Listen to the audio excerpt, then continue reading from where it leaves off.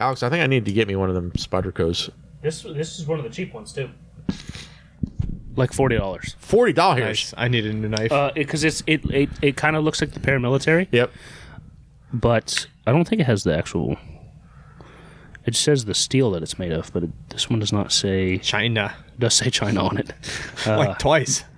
But it doesn't. It just says Spyderco and then China. But it's the 8CR13 MOV steel. Have you checked out the Civivi knives? Oh, They're actually really high quality and for good money. I was going to get one because Amazon sells fucking all of them. I'm just getting a Gerber again. That's fine. Gerber's nice, too. Yeah, I had to throw mine away. It made me very sad. So What? I pulled a yeah, I pulled a yeah, I was gonna say I pulled a U, and we went to National Harbor CJ Leno. Why'd you have to throw it away?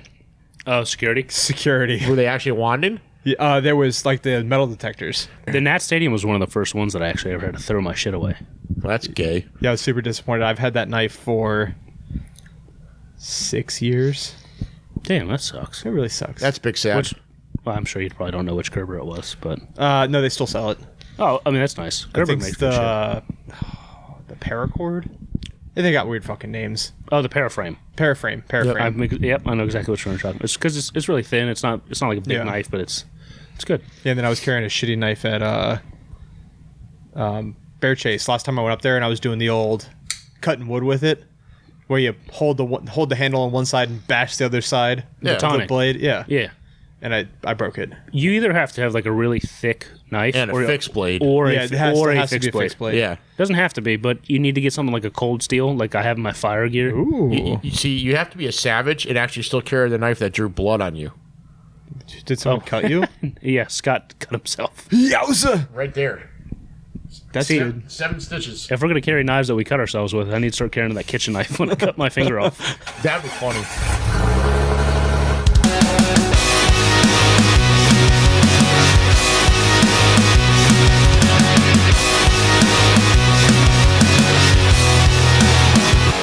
Welcome back to the Dirt Drive podcast. We are here with I think our number 3 guest from last year. Best guest from, or best listened to guest last year. Fucking A right, God. That's right. Hell yeah. Everybody needs to be prepared with the 5 Ps. So Scott and Alex are here. From Big.Boy.Edc. The What's big up? boy. Yo, What's going on, guys? How are you, Tim? So why did you stab yourself? So I was a numbskull. Because you were an asshole and you introduced us before I could. I was trying to do an AC recharge on my landscape work truck. Okay. And I was cutting the... How long have you had that knife for? Oh, God, probably 8 years, 9 years. God damn. Yeah. It's a good knife. He cut himself a while ago. Yeah. I even have pictures from like when I self-cared and, was like bandaging myself. Before going to the Healthplex. Yep, before going to the Healthplex. And then the doctor said, why didn't you just put super glue in it and save me the trouble? I'm like, well, it felt deep. Because you wanted to get the healthcare system involved? It felt deep. Like, it went in pretty far. And I was like, I didn't know if I, like, damaged anything. And he's like, no, you're good. Here's some super glue, and I'll put a couple stitches on it. I'm like, God damn it. Did all the fingies move properly? You're good to go. He's like, pay me $3,000. I'm like, my insurance is going to pay you $3,000 for this, but I'm not. Yeah. But yeah, so I still carry my Columbia River sheep sheepfoot. Yeah, sheepsfoot blade. It was one of the two of y'all that sent it to me the other day that says get a $25 like Bass Pro Shop gift card, and then your cart's like $475. You're like, fuck, I only had a $25 gift card. That's what I'm gonna do because Alex said that one. I have my $25 gift card for Bass Pro that I got. Nice. And I'm like, all right, I'm on the website. I'm just gonna buy this one knife. Well, it's already over a little bit, so the gift card's used. I could free shipping. Yeah, I could use free shipping. And $75. $75. That's what that means. $25 gift card means now my $800 bow is $25 off. Yeah, I still need to get a bow. I'll work on that. Because shooting the other day was fun, but I think bow hunting archery's fun. Archery's a lot of fun. We'll get you into and it some costs archery. a lot less money. Subjective. That is the one preparedness skill that I do not have in my repertoire. You know, I do not know how to use a bow. It's only so And I'm helpful. left-handed. How much ammo do you have? I think you're good. Yeah, but bows are quiet. That is a fact. But what I will say is And they're reusable. That's the point that I like about those, is that they're reusable. Generally speaking, right? Yeah, like, as long as your arrow archer. Yeah, as long as you don't break anything. It's not just about like. Right, like if you get a pass through for the deer, like we'll just say, right, like we'll say you're like hunting, at my house, like the one deer, you right? missed. No, he hit it. No, I hit it because it was a pass through. I got the arrow to prove it. If you want to see it, asshole.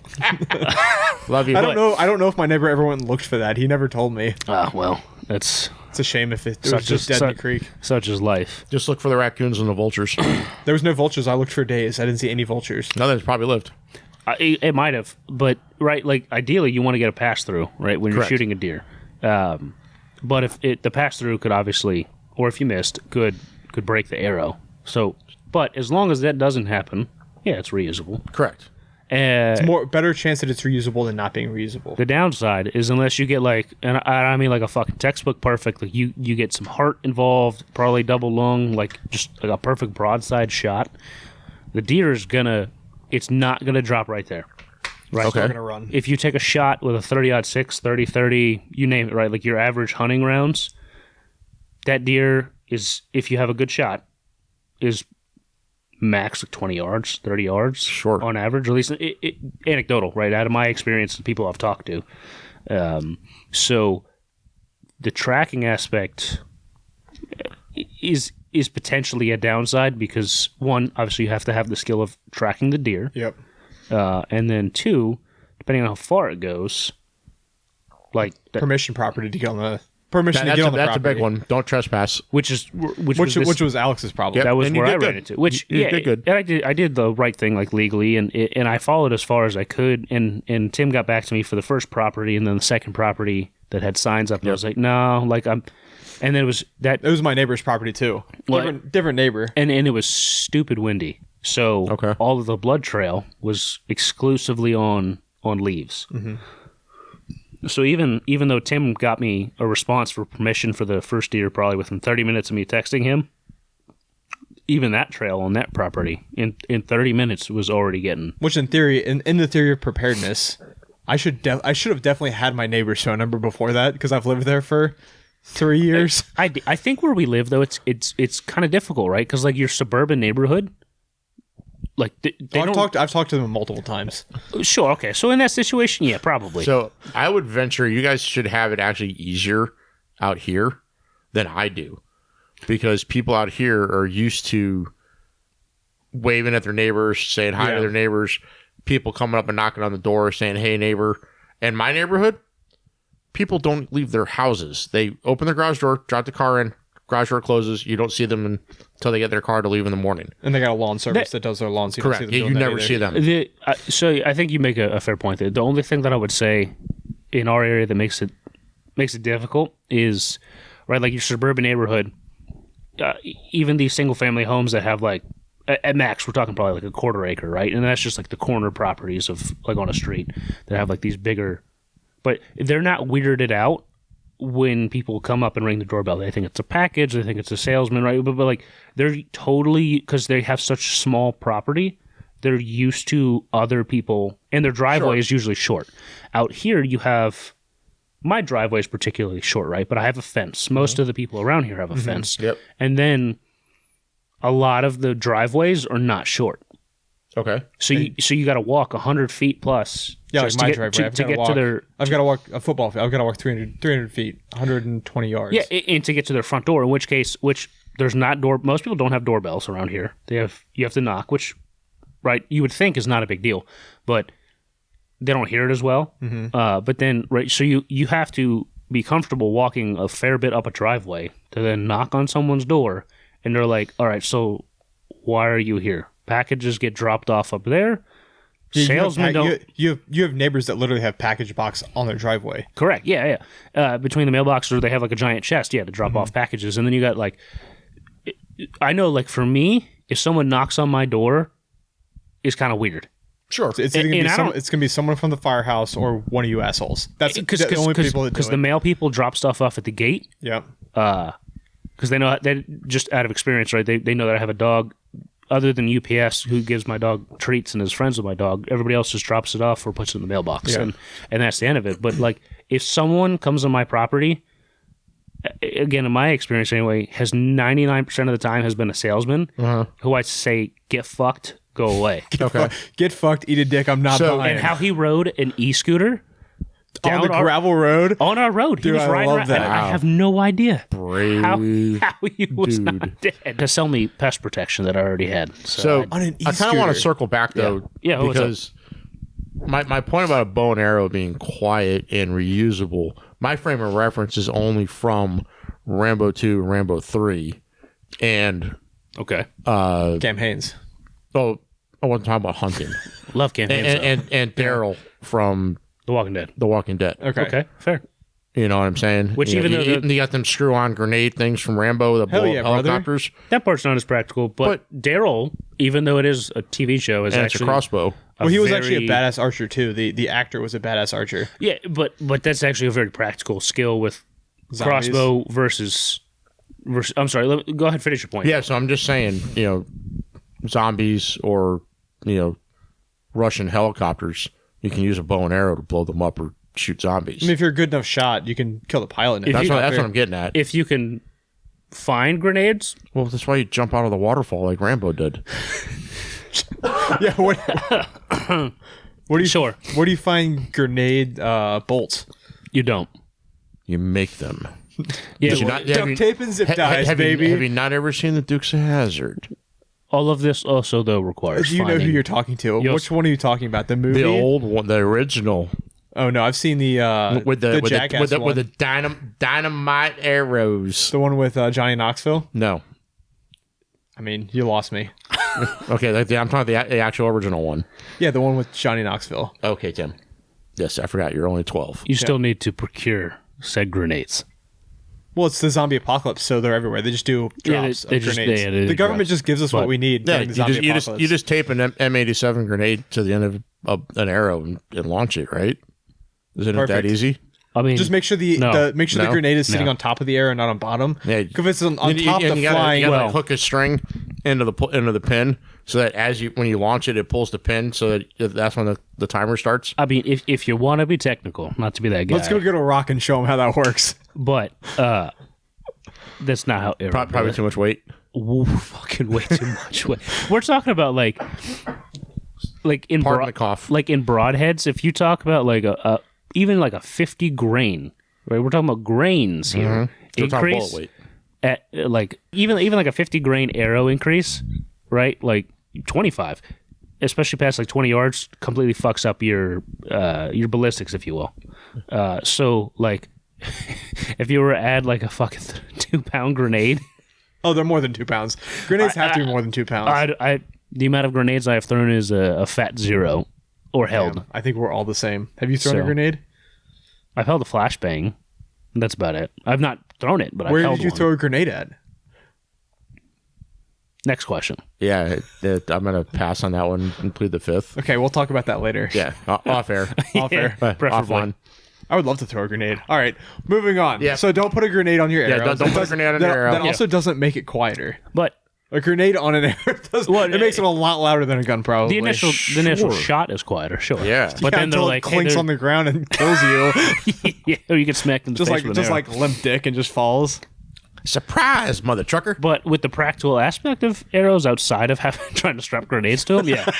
They are quieter. I mean, it's a great theory. I mean, Rambo did it. I mean, it has to work. But, right, yeah, like it's kind of like the whole concept of like, if the grid takes a shit and you have a generator, you don't want to be the only candle in the dark because then everyone's going to be like, none of us have power. Here's one dude that does because his lights are on. I need to charge my phone. That or just like, hey, like clearly can you get on Facebook?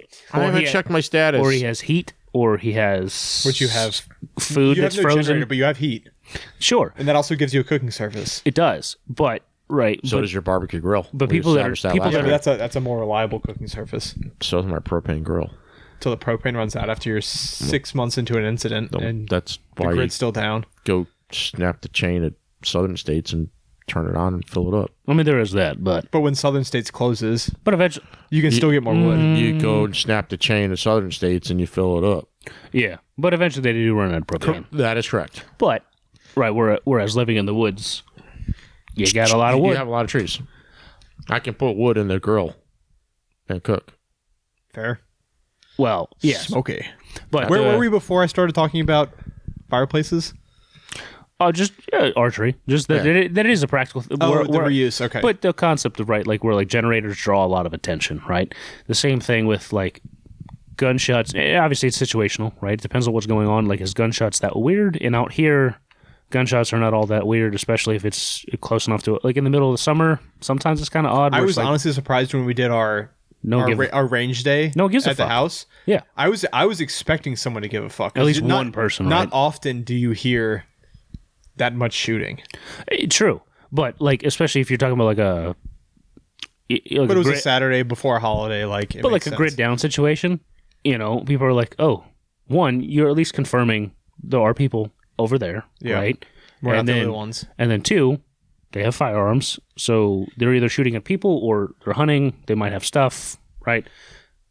You can at least stay pretty under the radar, kind of fly low with archery stuff. It does take a lot more skill. With the downside that one, yes, you have to be proficient with your just. At least this is my opinion. I'm not a firearm expert by any means, but like, there's a lot less maintenance for me to be able to shoot accurately with a pistol or a rifle. Yeah. My bow takes a lot of tuning. And are you able to do it yourself, or do you pay someone for that? I do it myself, but plenty of people will, because it's so cheap to pay others to get their bow tuned up, will do that. I like to tinker in the garage, as most people know. So I'm the same way. If it's not hard, I assume tuning your bow is a difficult process. It's really not. So I think it requires you to be meticulous if you want to be accurate. Okay. So if you don't like tinkering and kind of messing around with stuff, it's a pain in the ass, to be honest, and it's a little time consuming. At least for the initial setup. After that, it's pretty straightforward. 30-45 minutes on a Saturday to get everything right again. Initial setup, it could be a couple hours. Okay. But after that, yeah, usually, we're talking about like 15-20 minutes, mostly just sighting stuff in. But right, so you have to get that down. Especially if you don't have shops to take stuff to, you have to obviously have the accuracy aspect, and then once you can, conveniently, hopefully you can actually get a deer, right? Because that's not as straightforward as people think. Like, deers just walk everywhere, because they do, but people think that until they go hunting for the first time and they realize that there's actually a lot more to it than just fucking... They smart. There's baiting. They are smart. Bait. They have great noses. They can hear. They can see. Like, it's a lot more to it. Almost That's why there's a truck in front of them. They don't know shit. Yeah. They're super smart. Oh my God, headlights. The easiest way to find a trophy buck is to fucking hit it with your car. No, cancel your insurance on your pickup truck.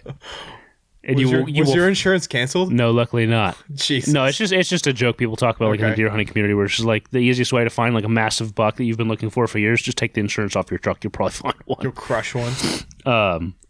But yeah, archery is great. But hunting is not as like you just walk.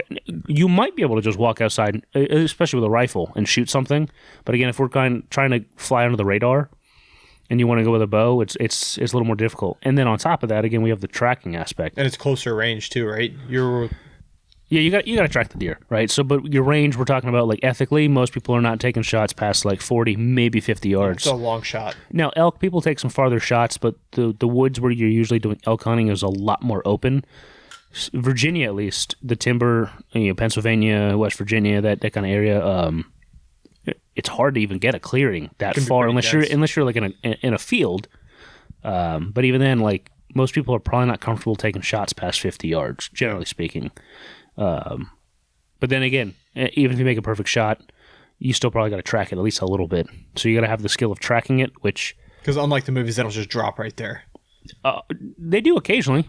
Generally no. Right? And God forbid, if you don't get a textbook perfect shot, which most people don't, you still will probably have to track it for a couple 100 yards. And it's usually not in a straight line. It's a couple different areas. You have to look at the blood. And this is ideally in daylight. If it's nighttime, we're whole other situation. But yeah, so what was that? That was my Julius Senior. Why don't you wrap this up here? Julius can talk. Yeah. No, we were talking about archery for a while. Yeah, but it's a personal topic with the off-roading stuff. I've actually seen it more this year than I've seen it before. Is like the off-road stuff actually ties in pretty big because these guys are off-grid for a few days. They need to live out of their vehicle. Yep. And that's something like I've started following archery more and like the off-grid hunting. And that's something that I've seen a lot more this year is that like these guys don't call themselves off-roaders or overlanders. They just build a vehicle to get them to the places that they want to be for a long time. So one of the big products that is on the market that you're very familiar with that is very popular in the backwoods hunting community is actually the skinny guy campers. Oh yeah, they really are. I'm serious. Yeah, there's a lot of guys out west that use them as like their base camp. Yeah. So they'll park the truck, set the skinny guy up. Because they have heat, they have a toilet, they have a shower, and all that stuff, and even just and they're 100% off grid. Yeah. Not an ad for skinny guy campers. Yeah, absolutely not. I mean, it can be unless they want to pay you. Yeah. But, in which case, yes. But it's a product that we're all familiar with, you know, and well, just the truck bed campers in general. Yeah. But yeah, I'm not surprised that the skinny guys are Kimbo's, like all those brands that are the hard shell, slide in truck bed campers. They provide a great way to be out of the elements. You're up off the ground. The bear's probably not going to mess with you unless you got food hanging on the outside of it or something. And it just provides you a way to. It's a little more comfortable than being in. Yeah, exactly.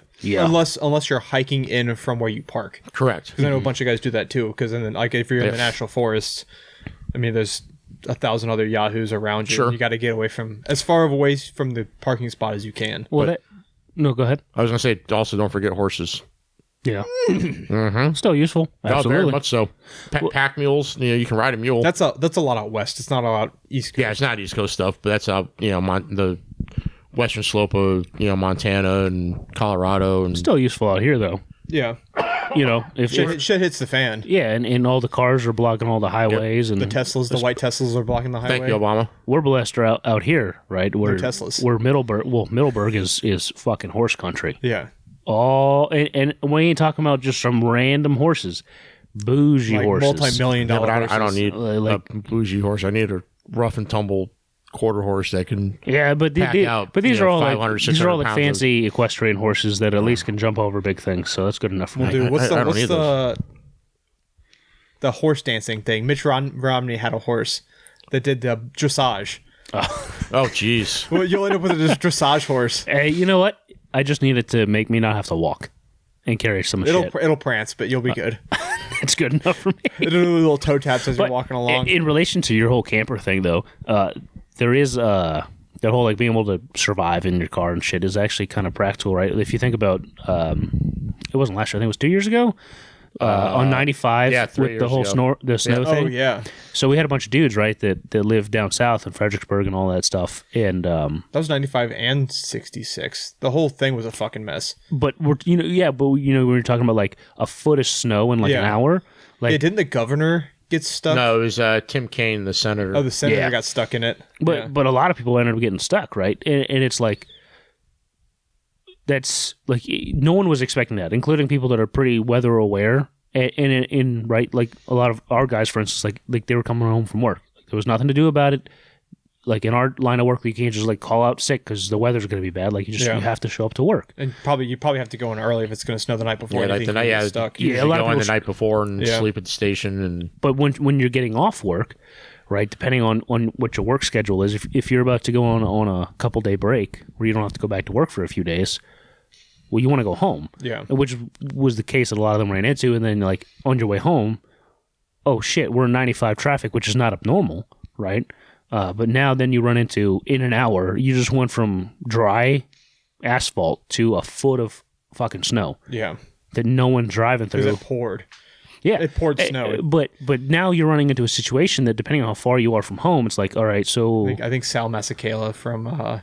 X Games was saying it's puking snow outside. I mean, in a nutshell, right? But then it's like in your car, like, do you have stuff to either be able to hold up for a few hours, if not a day, right, till something can get done, or do you at least have a plan to get home, right? Like, if we're talking about a 3-day hike home, right, like, or a 1 or 2 day hike home, like, I'll be honest, I'm probably more likely to just try to hang out in my car and in the area. obviously you don't know, right? You don't know how long you're going to be there. But if I know, we've talked about hiking home before. But if you know, Yeah, but hiking in snow is a whole different ballgame. not to mention it's just going to be obviously cold as fuck. But like, It wears you out in a second. Yeah. if I know I'm in dry conditions, like a day hikes from home, right? Which we're talking about, if you're in good shape, 15 miles probably is pretty average. If you're booking it and you're in good shape, maybe you could get to 18. Yeah. But we're talking about like through hikes. Some of the through hikers. I'm talking about in dry conditions. So some of the through hikers in the AT can do up to 20 miles a day. And those are in shape dudes Yeah. that are doing ultralight, like 15-pound packs that they're living off of. Some of these through hikers I've seen have pretty big packs, but yeah, either way, it's gonna. You're not going as far as you think in the you're snow. gonna go in a day. And this is just a wild ass guess. Like I'm saying, like you could, if I had to guess, if we're like a couple inches of snow, where you have to like pick your feet up and you can't just walk normally. I don't know, maybe 5-6 miles At most, and you're exhausted. You got to find a place to probably hang right? out for a few hours before you can do another. And so, And hopefully you have a way to stay dry. Because, I mean, you're not just going to plop your butt down on the Hey, snow. wool socks. I've been wearing wool socks recently. hey, that's the move though. Love wool Hashtag darn socks. tough. Darn tough. Darn toughs. Ridge cut. I've been wearing ridge cut. Those are good too. Yeah, there's a lot of really good ones, but wool is 100% wool is the way to go. Or the smart wool. For the winter. I prefer the poly smart wool blends. Yeah, I've been wearing wool all the time. I actually wore wool when I was in Disney because I'm like, I know my feet aren't gonna get sweaty. Like, I'll be good. I'll be comfortable. Even the summer dude, I wear wool. Yeah.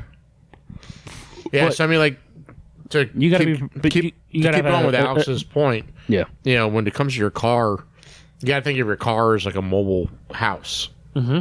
And to an you know, extent, yeah. yeah, obviously, Reasonable things. but having a small medical bag, whether it's a small IFAC or just a some JanSport backpack that has medical gear in it, Band-Aids, hygiene stuff. Basic stuff, not for you necessarily to treat others, but at Correct. least Yeah, just to handle keep you and your yeah, family.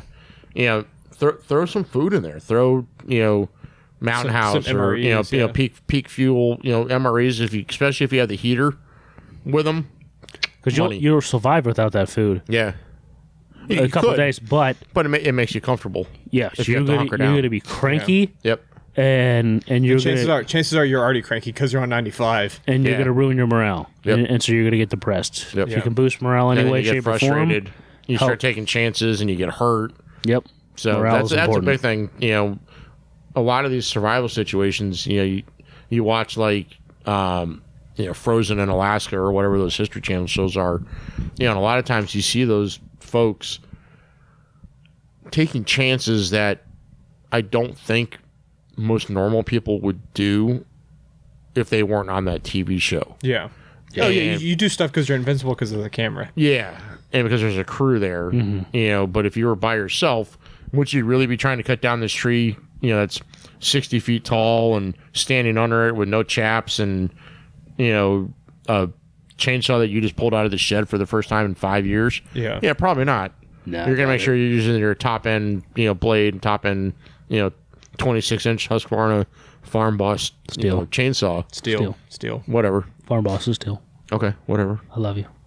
I thought Husqvarna makes a farm boss too. I think Husqvarnas are farm boss, They but might. whatever. I'll just push them Moving boss. on. So one of the other things you want to keep, you should probably have on hand. Oh, you're reading off a list. Okay, got it. Well, it's called being prepared. Prepared. Ironic, huh? The multi P's of preparedness. That's right. 5 P's. The multi. The 5. The pillars. The 5 P's. The 5 pillars. The pillars P's. of preparedness. That's right. Go get him, brother. It's if you can have some kind of shelter material, whether it's a poncho, 5x5 tarp, something that you can keep in your car. You can keep it in its package. Harbor Freight sells tarps for less than $10. So I'm kicking myself because another thing that I give people a hard time about all the time are max tracks. What a fucking waste of money. So after talking to Zach Deal at Overland Expo and like seeing some actual uses with them, if you don't have a winch on your vehicle and you get stuck in the snow, you can get yourself right back out. They're great in the And then, snow. like- I'm not saying that they don't work. I think they work really well for what they're designed for. It's just gay. They're just super expensive, and I think there's a lot of better options. So the ones Don't cost you several found- hundred fucking we never dollars. used them, but I bought a set and actually sent them to Zach on Amazon. They were like $53 For a pair? for a pair of Max Tracks. They They were discount. They're not the brand. name brand ones. They're the some Amazon variation. specials. But yeah, You know what you should there do? are Go to your local hospital. Go find some backboards and a cutoff because there's wheel. always a couple hundred of them. Yeah, but what are you You going to go do with get the your- backboard? It's smooth. You grind it with a cutoff wheel. And Yeah, you put just make ridges in it. put ridges in it, and it costs you Okay, nothing. that's called But then theft. you have an 8 no, foot no. We're talking. You know what I'm talking about? Backboards that have been sitting in that hospital for crusty ones. years. Yeah, but I The one that medical's like, this shit's bloody. I'm not bringing it home. unless Yeah. you give me the passcode to get in the door, You I don't need them. Oh, they're outside. Have you not been to a hospital recently? Okay, I mean, that's a good thing. I'm glad you haven't been to a hospital recently. let's see. It's been 3 Oh, yeah. decades. 4 years Oh, since I left, and then Left to add another. because you're not an EMS boy. I'm trying to think how many years it was since I was a paid guy. Either way- so either way- 2014 is when I stopped getting paid. Either way, it's about 9 years. Yeah, 10 years. That's exactly 10 years. and so Oh, yeah, now it is. Fucking idiot. Depends on what time of the year, the big dickhead. trauma number one trauma center in our region, their closet used to have a passcode to get in. Oh, Oh, now not it's anymore. outside Yeah, now it's in outside. lockers. Oh. There's about 500 of them motherfuckers. All right, well, sitting that out makes there. a difference. Anyway, I'm Either way, sorry. Go ahead, either continue way, with your- with your points, though. you're not carrying a backboard because it's 8 feet Yeah. long. You got to cut it in half. You gotta cut it in half. All That'd be right. ridiculous. If you have a recovery of a vehicle Backboard. using a backboard, please send us pictures. and absolutely. we want to have you Yeah, on we the podcast. absolutely we want to interview you. Let me know. I'll get it to you soon. Yep. Done, son. Grab me one next time. I'll grab a couple. Yeah, one of the other things we always preach is everybody in every vehicle, all day, every day, should always have a tourniquet, at least one, with them to stop. Two is one Yeah, is none. exactly. To stop major hemorrhaging. You know, that it's just you're more likely to use that than anything else in your kit in your For in your stuff. the medical stuff. Yeah. Medical as a whole. But like, So the one thing that I put in all the cars after our last trip is there's at least a Bic lighter in every car. Good. Did you wrap it in duct tape? No. You should wrap your Bic lighters in duct tape. Because guess what burns really well? Bic lighters. No, Duct tape. Duct tape. I mean, Bic lighters do burn very well. Yes. But yes. duct tape. Just like take the standard duct tape, split it in half, like the strip in Yeah. half, and just wrap that around the Bic lighter a few times. I thought you were going to say don't leave it in the glove box because it no, could strike itself. No, fuck no. Leave it in the glove box. yeah. Fires don't light themselves, boys. Buy a bunch of those. Buy a bunch of You Bic lighters. buy use like them a everywhere. 500 pack on Amazon for like $5. Oh, I got the the Nux upgrade. So I paid like $6 for 6 lighters, which wasn't bad. No, that's a good price. No, that's fine. the lighters are not that expensive, and they're the easiest option. But obviously, the important is to have a contingency plan. Yeah. Have backups to the backup to the backup. If they don't work. Yeah. Which is why, so we were supposed to, this episode we were supposed to record with a local previous King of the Hammers, but because of the weather that happened in Northern Virginia last Thursday, because this is coming out Tuesday, or last Saturday, we had to cancel. Yep. So, and that's just because I didn't want to get stranded out in the fucking Tomorrow weather is and up in the air. It's going to be anywhere from 2 to 10 inches. 10 inches for real. Welcome to Virginia winter. and, Dude, like- and Scott will have Well, and that's how it Half an here. inch. I'm actually probably going to get the most in Sterling. And Probably you, it did- and it you, did and you happen guys a are few not going weeks to get ago. anything because I'm closer to 95 than you are. It did happen a few weeks ago where you were like, we got snow last night. I'm like, I didn't get shit. Yeah, I got 2.5 inches at the house. Yeah, we didn't get shit. And then another time we got 2.5 inches Yep. and you didn't get shit. Exactly. Yeah, there's no guessing. Yeah, so some other considerations like to toss into your car, especially if you have, a good sized trunk or an SUV, is if you have an old pair of boots, I actually do have, throw them in. for no reason, I have an old pair of boots in at least my little car. That's fine. My Jeep doesn't have boots in it. Yeah. Something to walk in. Yeah, well, And these or boots, if the stuff you're wearing currently gets wet, Yep. Yeah, sure. and you can change out. Yep. So Socks. and with that, socks, and then Socks. a spare Good socks. a spare heavy jacket if it's wintertime. Some bibs if you can, or just some kind of warm clothing alternative that because your car Another is, layer. Yeah, because if your car has heat, plenty of people maybe at most bring a fucking hoodie with them to work, right? Yeah. Yeah, I do. My in the or fall, like, my car has all my hoodies in it. or like a pea coat. Yep. So maybe have a warm pair of pants, a jacket, socks, like gloves. For fuck's sake, have some fucking gloves. Yeah, like warm weather gloves. Mittens, we have multiple pairs of gloves in every car because my wife has cold hands. But make sure they're ones that you can also work on stuff if you had to. Mittens are better than fingered gloves. That is factual. Thank you. I feel like that's a lie. Yeah, it is not. For keeping you warm. For keeping you warm. Yes. I was going to say not for dexterity and doing things. They're trash. It's just purely for warmth. If you're going to do anything outside, don't wear them unless you're shoveling snow. Yeah, it's purely for warmth. Yep. If you want your fingers to be able to move, but mittens the kittens. That's right. Gloves are important though. And then I know this is going to sound odd because it's we're in winter, but having water. Yep. A couple water bottles. So one water bottle isn't enough. I do carry. You get less thirsty usually when it's cold out. I'm good for the environment. I use a reusable. Well, technically not true because you actually get dehydrated sorry. faster in winter than you do. Correct. I guess I misphrased that. People, I think, feel like they're not as thirsty because they're not hot. Correct. Even though they're equally, if not more, dehydrated. Correct. Yeah, I've been unbelievably dehydrated. But because they're not hot, they're like just not associating that with needing to drink water, and so they don't drink as much. And correct. Water, no matter what time if you develop chapped lips, you're already way too far behind the 8-ball. Yeah, or you need chapstick. I got them chapped hands right now. Just dry, peeling fingers. Ooh. And something to keep you warm-ish in the car, right? Because let's say you run into that 95 issue, and you're sitting in the car for a while. God forbid your tailpipe gets clogged, because then you're screwed. Well, no, but like that's how you get Epstein. CO poisoning. Let's say that you're, whether it be because of financial situations or whatever it is, like you don't have a full tank of gas. Oh yeah, right, and you're hanging out. Never let your car get or below half a you're an tank. electric car and you have but financially, no charge right? left. But financially, you could be in a situation where you can't always keep your car above half a tank, right? True. So let's say you're in that situation, like I think probably quite a few people are in, and I mean, me being me, I fill up at 100 miles to empty.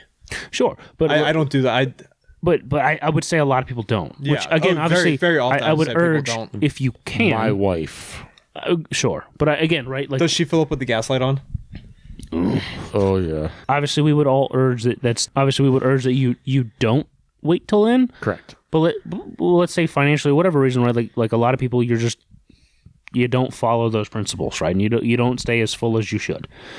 If you run into that 95 situation, right now, while idling only eats through so much gasoline, especially the off-road community is probably pretty fucking familiar with wheeling all day. You probably didn't maybe you didn't put that many mileage in, but you use a lot of gas, even just fucking sitting there. A lot of idling. It's 150 miles is what you get on like a tank when you're four-wheeling, which is wild, right? Or I think most people would not think that, but if you're sitting in traffic and you have the car on because you're trying to stay warm or cold or cooler, right? Because it's winter, but we'll say it's wintertime right now, so you're trying to stay warm. You're probably going to end up turning your car off, especially if you're in lower fuel, because you're thinking, oh shit, well, I don't know when I'm going to be able to drive, but I want to be able to drive home when that comes to it, so I'm going to turn the car off now. Yeah, I did that when I was working for a security company years and years ago, like 2014-ish, and I got an assignment one night because of snowstorm. I had to watch the plows work or something. It was something stupid. Okay. Watch the shopping center as the plows are going in to make sure none of these guys did anything, I guess. And I was in my first red truck, the dented up one. The old Chevy. The one you walked up me, I was upside down, changing stuff like I remember. That's the best one. and I was cycling the key. I would let it idle for 10 minutes, turn it off for 30 minutes, let it idle for 10 minutes just because. Just enough to get a little warmth. Yep. Because if you are sitting there, especially we'll say a day or whatever, right? Last year, these guys were out there for 40, 72 hours. Quite a while, right? For those that decided not to leave. But if you decide ultimately, like in your opinion, like you're making the decision that right now I'm just going to hang out and maybe you take an hour at a time or a day at a time, right? And you're just like, we're going to stay still.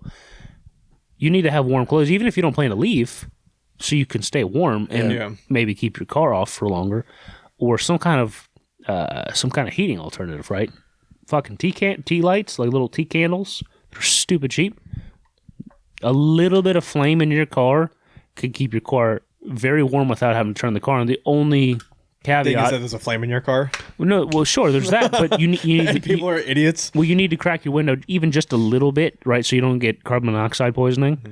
And there's a flame in your car. You put it on the dash, right? For most people, like that's really not that concerning. Could you imagine the news story? Guy burns to death in his car in snowstorm. Unless it's a Tesla, then I see it. If you don't drop it on the fucking cloth car seats, you're probably fine. But it'll still help provide warmth. Yeah. But some kind of warmth option, at the very least, clothing. But Yeah, I agree. You know, I also think just being aware of changing conditions and recognizing I should probably change my approach and, you know, cancel my plans or do something just be situationally stay at the aware. firehouse in your case. yeah, Yeah, I mean, there's just Which I know a lot of look at people the fucking did weather. You're an adult. back in Snowmageddon when we were all at Ashburn at the firehouse together. I and multiple other people got snowed in unwillingly. Mm-hmm. So you just kind of have to. Were you there for that? Do you not remember the buried 4Runner that busted out like a champ after 4 days from the back of the trailer? Oh, after 4 days, I also got out. Yeah, but I didn't have to dig my 4Runner out. It was a fucked up story. I just popped that son of a bitch in 4 low and slammed the gas.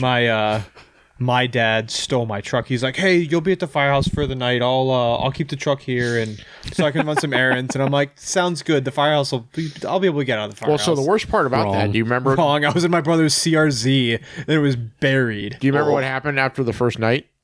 We tried to kill each other, probably. No. One of the bathrooms went down. Because we were in the trailers. Did Yeah, Quest we take were a in the shit? trailers. No, yeah, so we had one working bathroom. Quit taking shit. Yeah, exactly. One working bathroom. We only had a dryer and a washing machine. And bed bugs. Oh boy. And then Multiple times. because of the heaters were going so good in The firehouse that much. the I miss heater, running calls, but the heaters were going so well in the tent, it was melting all the snow that was building up on the tent and was flooding the walkway. the tent bay. Remember? Oh, yeah. Because remember how low It was at the bottom of the parking lot. yeah. Yep. They put it in the bottom of the bowl. It was because it was really close to where the There was a drain grates drain were in the middle of the floor, but it can only handle so much water. Yeah. And so we're, in a blizzard, having to wade through water to get to the rig, to get dressed, to go on a call in a blizzard. Yeah. Yeah, it was At amazing. some point, we were shoveling snow off the roof of the trailers. 'Cause Yep. It was Yeah, we had to do that. 3 feet of snow. Yep. Time to we be would alive. It was fun, especially for your emo red hat days. Yeah, I remember being at 22 with Wolcott Yep. and Chris Ray, because we had a baby truck over there. And I remember you walking up and down. You was walked fun. That down was- the driveway. I was in the snowblower. The baby truck there was a lot of fun. That was a fun But station. it was for a baby snowing truck. so hard that Scott would go up one row with the snowblower, go take it down to concrete, and by the time he was on his way back, covered. Yep. It's because he was just blowing the snow back to where he was walking. Native Ghost Rider. he- I was the only he was trained turning it. operator of that device. That is me and Chris were also like fucking 17, so there was that. Fair. Yeah. That was a good time. But that goes back to the point. That's on the way back. That goes back to the point of be prepared for what you're going to do. These guys were at the firehouse, were prepared to stay there. 100%. Yeah. Yeah. Look at the like you were a grown adult. Look at the fucking weather. It sucks because like career guys like you now, Yeah. you don't have an option of whether you stay there or not. You're like, I got this shift. Well, There's 3 feet of snow on the ground, and that's a You're lot not of trying to- professions, though, right? Yeah, like nurses and but it's like I know Cops. that Yeah, know that those are the that's three I think of. I know that's likely going in along with a lot of people there. Like, there's nothing that drives me more insane as an adult when someone's like, "Oh, I didn't know it was supposed to rain today." you're a fucking idiot. I was Do you like- not have a cell phone in your hand? Well, right? Like we have fucking computers in our hands, ChatGPT, is it going to snow today? and you didn't look at the weather. You had no clue as an adult it's supposed to fucking rain today. my weather channel is on the front screen of my phone. Or the coworker that only keeps one uniform in their locker. Oh my god! It's like Oh, I thought you were talking about me for a second. I'm like, wait, we don't have uniforms at issued work. like fucking 5 days worth of uniforms. Where the fuck are the rest? Yeah. Oh, they're all dirty. How are they all dirty? Do you not do All right, bro. laundry? Clean them. We Right. have washers and dryers Yeah. at the fucking firehouse. Even being a dirty tick, I kept at least two changes of clothes. Yeah, it's just the right thing. 100%. It's smart. They're just being prepared. Got that pee poo poo on you one time. You're like, fuck this. No code browns. No code browns. Or if you run a fire or anything else, it's nice to change into clean clothes. No, absolutely. You should always take a shower after a fire. 100%. No cancer. And put on No cancer. no cancer. We get that from our lips. Yep. Got them zinny boys. Whoa. I don't know what you're talking about. Oh, You want to take a break? Because I got to pee. sure. I got to pee too. No, There's nothing better than driving a rear-wheel drive Crown Vic in the snow. So it's better I've than got, front wheel. Oh my god. better than I've front wheel. I've got a recent story for that.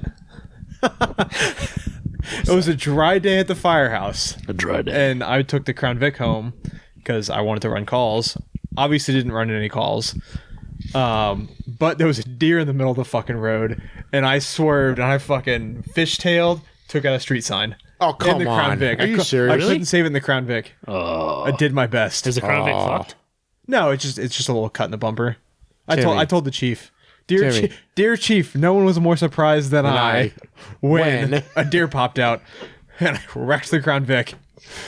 Sorry, chief. Yeah, I apologize for Right. coughing during that story because that's an amazing story. No way you can prepare for that. Don't burn your house down. That's Great topic. fair point. Burning your house down? Yeah, don't burn your house down. How is that a great? Oh yeah, like when you're surviving in the woods Yeah. when the grid goes down because be the smart. Obamas parked all the Teslas in the middle of the road. So I have not seen this movie. I know you've told me about yeah. it. Scott and I were talking about Alex this and I were earlier. talking about it. Nate talked about it. It sounds interesting. I just don't have Netflix anymore, and I refuse to pay $24.99 a month. Yeah, we just got Cheap kicked out of fuck. our Netflix too. So yeah. So I do want to watch it though. There's a bunch of like super conspiracy big things time. that are on Netflix. oh yeah, That would be- A24, the studio from Showtime that makes all these movies, is like just cranking them out right now for some reason, and everybody's They're freaking out. getting us ready, man. Well, to go onto your politics side that you wanted to go on, I didn't really care to go to politics. Oh, we'll You brush brought it it a little up. bit, then I'm sure. but When you were just asking for episode, like what we're going to talk about, I don't fucking know. Politics, we'll get poly charged. We'll say some Right? wild shit. somebody was listening to Rogan and Tim Dillon. Yeah, that was really good. Yeah, that it was a good episode. Where are But you going with that? huh? Where are you going with that? Oh, so there's a lot If of this doesn't circle back to Epstein's list, I'm out. he didn't kill himself. We know that. Okay. And Bill Clinton's on the Everyone paper but the 73 Clintons times. 73. Oh, Billy. Oh, It's a couple. Billy. It's a couple. Yeah, it's a couple. Continue your story about burning your house down. Oh no, so you completely lost my train of thought now. I'm also lost. No, we started talking about We're talking about the movies, the yeah, Obamas. Oh, Yeah, the Obama movie. what's the name of it? I forget already. I don't know. I never watched it. Oh, you looked it up because I couldn't remember either. Leave the World Behind. Yep, that's the one. Thank you. Super cryptic name too. Yeah. That I've had So- like 3 people ask me about preparedness now. Okay, but so it ties in because the whole premise of that movie, from what I understand, I have not seen it, so this is just third-hand information, is that it was initiated by an EMP attack Correct. on the continental United States, That's how it seems. Oh yes. which is actually really a The biggest threat to our area is cyber attacks and EMPs. well, correct, but also an EMP is a very low cost It's very, way to cripple the United States. And not saying you know how to make one, but if someone were to ask you, you could send them somewhere. No, I don't have anywhere near the technology or the capability. but it's also So they're, like they're not that low cost to make. Oh no! When I say low cost, I'm talking like nation state low cost. yeah, Okay. like super cheap. Yeah, but like- the thing is like in comparison to say like, or people are like, oh, you know, there could be nukes and stuff. I think most people, excluding like the dumb fucks that are terrorist organizations that Yeah. could somehow get their hands on nukes, right? And maybe North Korea. Like everybody else is under the Yeah, they had a understanding. cool test the other day where they shot some sort of supersonic Yeah, rocket. but successfully. everybody else that has nuclear weapons, even all the places we don't like, right, are under the understanding that there's fallout that comes with that. You get right? one, we get one, and you get all of them. It's mutually understood mass destruction, and It's called MAD, mutually assured destruction. yeah, and Because you're mad when it happens. Arr. I mean probably, but like It's a technical term from the government. but there's a huge fallout, right, that comes with that. EMPs don't have that nuclear fallout, and so if you wanted to take over a country versus okay, cool. So if you wanted to send nukes to the United States, Incapacitated because they have no power grid anymore. incapacitated, I think is an appropriate. Yeah, it's a better. word for That's that. a good term. Because if you send a nuke, you could blow up the United States, but then all right, so you just have this giant useless landmass for like a year to 2 years because of the nuclear fallout. Or a couple hundred. It's all it depends on how much they send, but it's like cool. That's fucking worthless. EMP. Now you can send ground troops in and try to clean up a mess. And all with of people. our infrastructure is crippled because we're the ones that were affected by the EMP, Correct. and all their stuff was shielded because they were outside of the zone. So they, in theory, could be fine and safe. So that an EMP would be a very practical, and if I had to guess, likely plan of attack besides power grid attacks. But yeah, Yeah. And this is all theoretical because we're talking about the Obamas. Well, not them specifically. Well, no, no. but that's how their movie starts. Yeah. It's just their movie. That's all. That's what we're talking about. But it's a great segue because think about it. How many people have 4 to 6 inch idiot boxes in their hands all day long every day? And that's where they get all. That's where they get all their information from, and all of a sudden that thing shuts off. Yeah. Yep. Now what do you do? I know people that drive home from work with their GPS. Correct. Like, how the fuck do you drive home every day from work and not know where you're going? Correct. Or that don't know a second way out. Yeah. I can't memorize. Okay, right now, we'll just theoretically raise our hands because you can't see us. Do you know your spouse's phone number from the top of your head? I do. I do too. I made Erica remember Yeah. mine. But yeah. think about, I know the address from Finding Nemo. But okay, but P. Sherman Wallaby Way, Sydney. oh boy, I remember that too. wow, That's a generational thing. That is a generational I mean, thing. I get the reference. Like I've seen the movie, but I didn't memorize it. I'm sorry. 42 P. Sherman Wallaby Way. Cool. Sydney. But so the good thing is that all three of us were at 100% know our direct spouse's cell phone number. Yeah, but how does that help mem- you if cell phones don't work? But my point is, how many people out there don't even know that? Oh, a lot of people. Yeah, a lot. Much less Any one other or useful two. fucking I information. would actually say that probably females in our generation know the address of Finding Nemo more than they would know their spouse's phone numbers. That's possible. But okay, but Yes. how many people know? I'll put out a poll. How many people know just one alternate route by memory from their work or from their home? They don't even know how to get home. Not a lot of people. Yeah, but okay. We run into all the time on emergency calls. You know what I mean? Like where we block the road for like an apartment complex. I don't know where It's to a- go. It's a giant loop, Yeah. but people know one fucking way out of their little I complex. come in this gate every single day. Yeah. That's the only way I know how to go. And they're like, "What? How else do I get out?" I'm like, "Well, Not my problem. I don't live here, and I know how else to get out of your community because that's my job to know that is know all the streets in this area." But yeah, that's a very fair point. Where like Yeah, and that's people, mostly on like the garden style. where apartments, people though. fucking live, they don't know Yeah, how to get exactly. out of or to, let alone. Well, they also have single entry, single exit neighborhoods now. Those Yeah. are very popular. No, sure, and there is that, which is obviously like that's Yeah, that's But all. for an alternate route, but if you can get to, Technically, if you that's can not get, great, but- if you can get to the single entrance, then you're good. sure. So Yeah. maybe an alternate route than you usually get. But out here, think about how many back roads and different options we have a fuck ton of Yeah, options to get home or whatever else. I know we've talked about it. I also have the OHV access roads marked, so I can send you that on Gaia. in case you which I want it. don't have, so that's kudos to you. Yeah, But- that's good.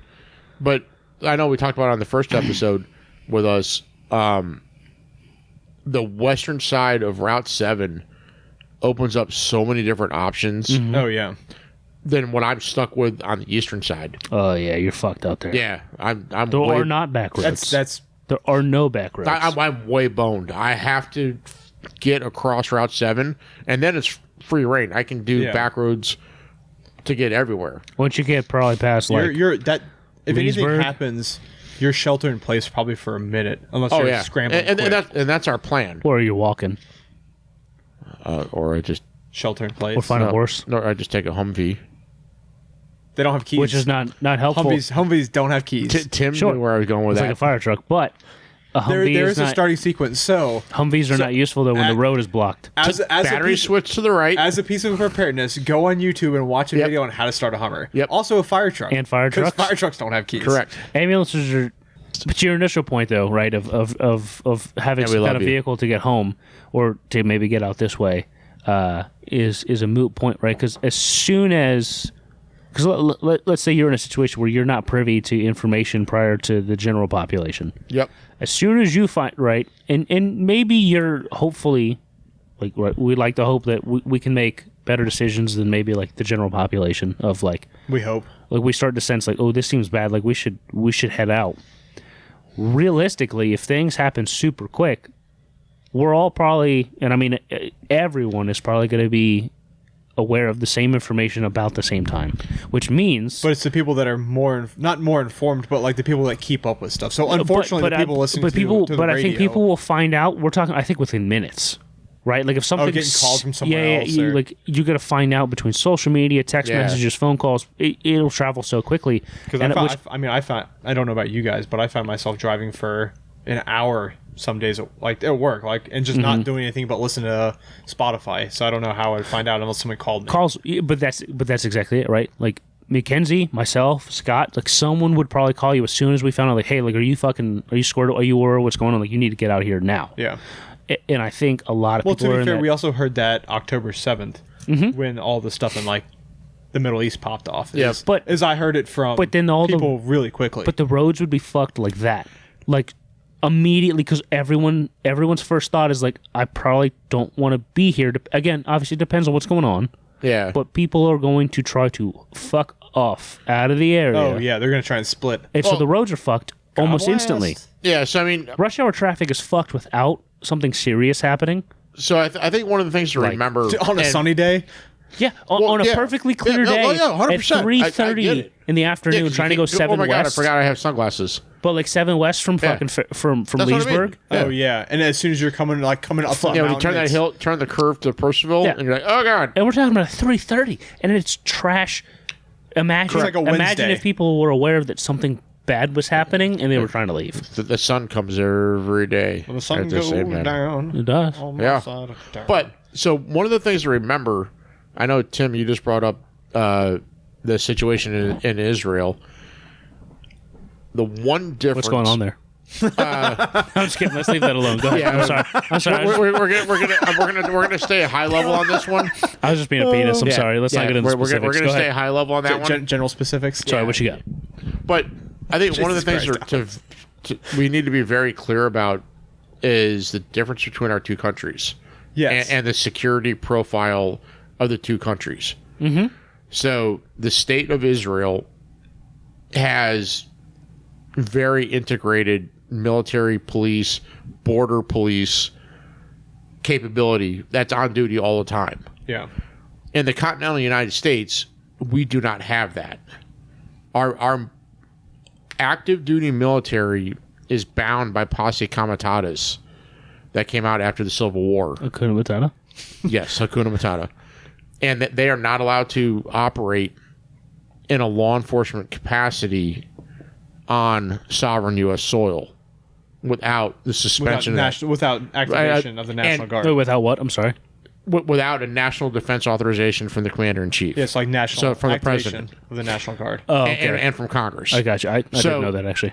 So one of the big things, like a lot of people are like, oh my god, some disaster is going to happen, and the 75th Ranger Regiment's going to come parachuting out of the sky and seize all the intersections. brother. There's not enough of them anyway. But Well, yeah. but it's not going to happen. It's gonna take 3, 4, 2 weeks. Assuming that they didn't know ahead of time. That's the big one. That's the big one. Not to be like a fucking conspiracy theorist. Because who trusts their government, though? But he's no right. one should. But he's But right. to be fair, all the I don't know, the preppers, the paramilitary community in America, if the National Guards gets activated without like a big emergency happening and they're all put in an area, people are going to freak out real quick because people are going to say shit. Just look at all the dumb... Like the National Guardsman's gonna be like, hey, I'm actually not going because something sketchy feels like it's happening. I'm yeah, I mean, if the National Guard, if I'm driving to work and all of a sudden it's just kind of like hanging out places for a couple days, like if that doesn't set up red flags for you, like exactly. like get your head out of your ass. Thank you for being worthless. You're gonna make it that much easier when the world collapses. Yeah. But you brought up a great example. It's like there's a bunch of people pay attention when there's more cops out. Could you imagine? It's on Waze. Can I mark National Guard on Waze? You can definitely mark. So we'll get in contact with Google. We'll talk to Waze. Not using any names, but a really good friend of ours that is a peace officer got called out on Waze twice. Actively? Yes, actively. Oh, I'm tracking. Got you.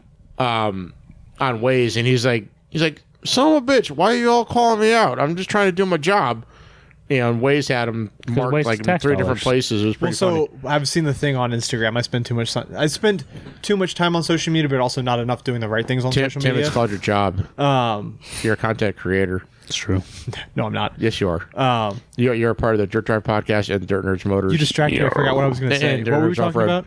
Oh, Waze. Waze. So I've seen where cops on social media will be like, not now, and they just click on it and click that he's gone. Mm-hmm. So it's only up for like 30 seconds. Yep. Not even. You can only do that so much, though.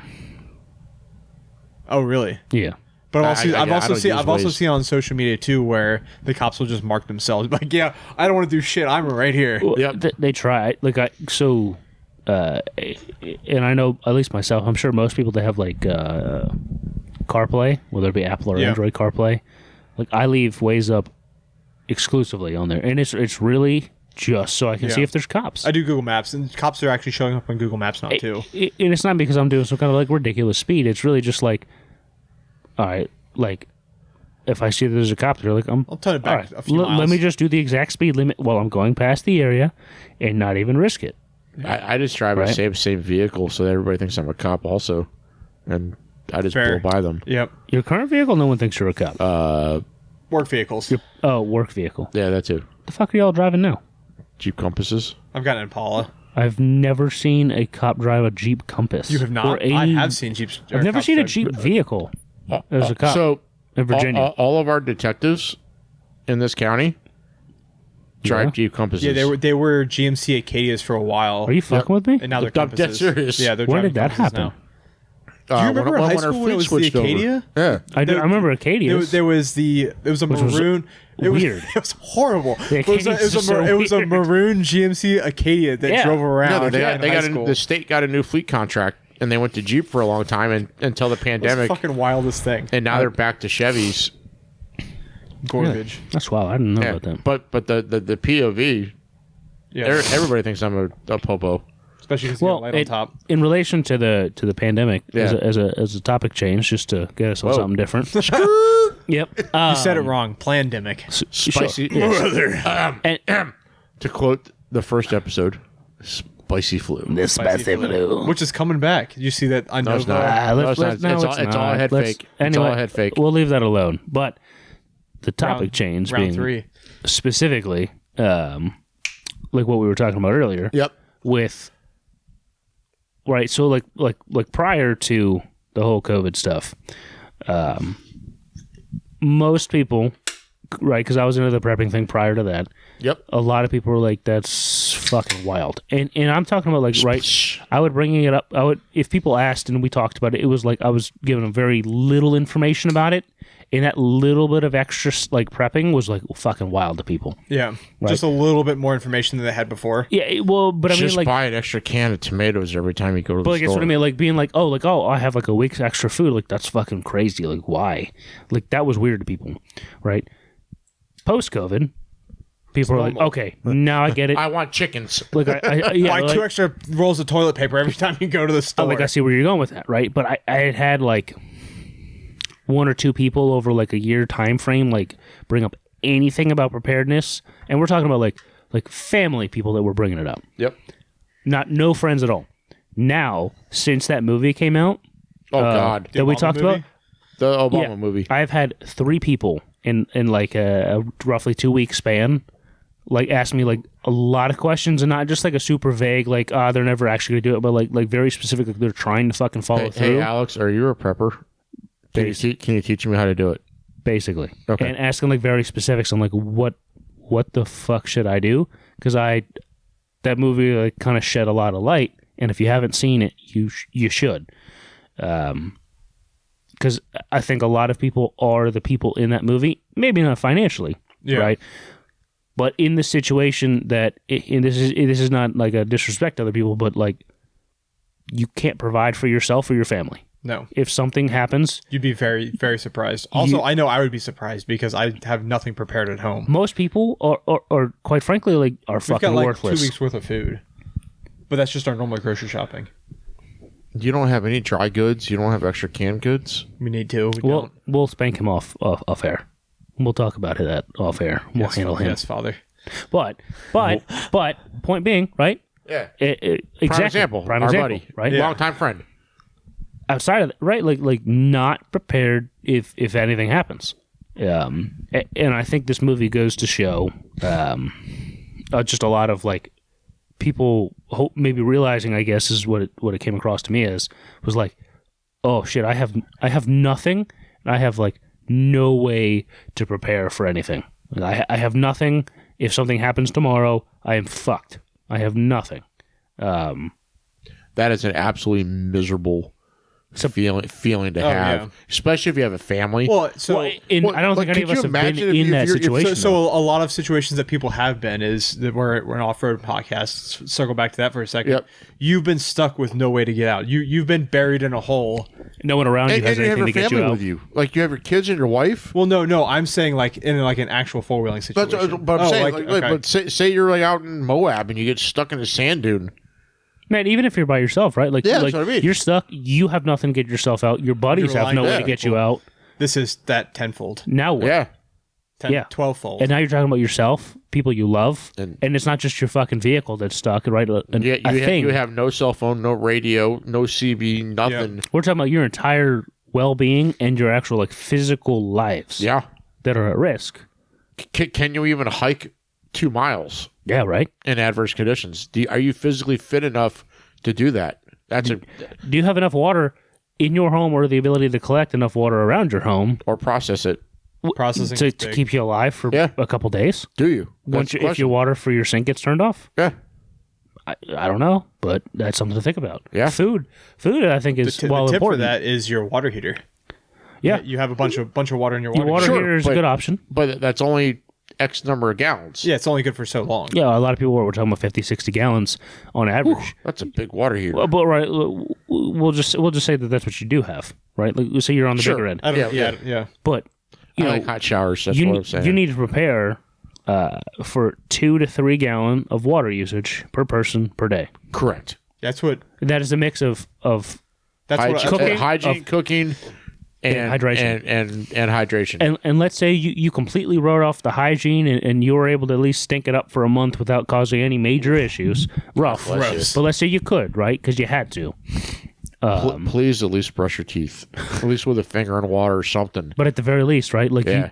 just to one thing- drink it's one thing I water bring every time and stay I- hydrated. So oral hygiene is probably one of the biggest Yeah, survival things that you have to do. you lose your teeth otherwise. Yeah, I mean, Well, it's not just lose your teeth. We had the buddy at the firehouse that had a wife with his wife had an oral infection, and it spreads everywhere instantly. She got a brain infection. Yep, It's really exactly. bad. Yeah, it's You're not good. exactly right, Tim. And you don't, and like Scott was saying, like you don't have to necessarily have like a toothbrush and toothpaste. Like that's great, and that's a lot of first world comforts that if you can have, sick prep on that But stuff. God, just have clean water and then use your finger. Yeah, or use branches from Yeah. a pine tree, right? Bend it over, use the green Something. side, and kind of just rub off the plaque. That's all you have to do. Yeah, I mean, you got to do what you got to do. Oh no, I know. It's. Or you can use a dry. So I said oof because I was imagining the feeling of a clean mouth, and it's a great feeling. Oh to do that hell for you. yeah! But I mean, you can do that- How many of us have been camping and you wake up in the morning, you're like, you got that cotton mouth. You're like, Oh yeah, I should have drank all that whiskey last night. Yeah. You know, every- had the barbecue ribs. every time actually. You pound a bottle of water. yeah. Every You time pound I another wake bottle up of water. camping. Yep. Another hour, you shit your Yeah, pants. but That's exactly what happens, though. Every time I go camping, but then you run that brush over your mouth. You're like, money, oh, I feel like a human. and that's a little thing that both is But it's important, huge. but it's morale boosting, Yeah. which is Brush and deodorant And every time. just a super quick. We don't have to get deep on this topic, but think about your spouses. especially if they're females. Yep. And the hygiene for them. Yeah. Be prepared for that. Yeah. I keep tampons in my medical bag. You should. Or in pads and stuff like that, but not for me, asshole. That's not what I was looking at you for. Asshole.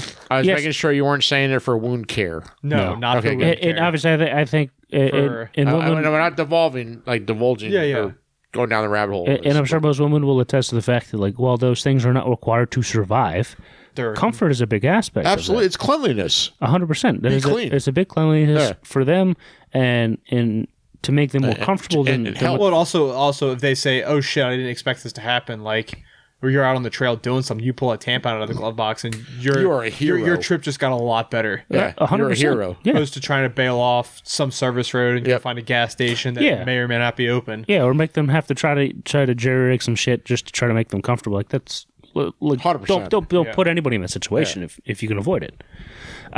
With all of that, again, like, with my point of, like, people asking about preparedness, like, that's, like what I was telling with Scott, like, with, I think a lot of people are very unprepared. I'm not even as prepared as I'd like to be.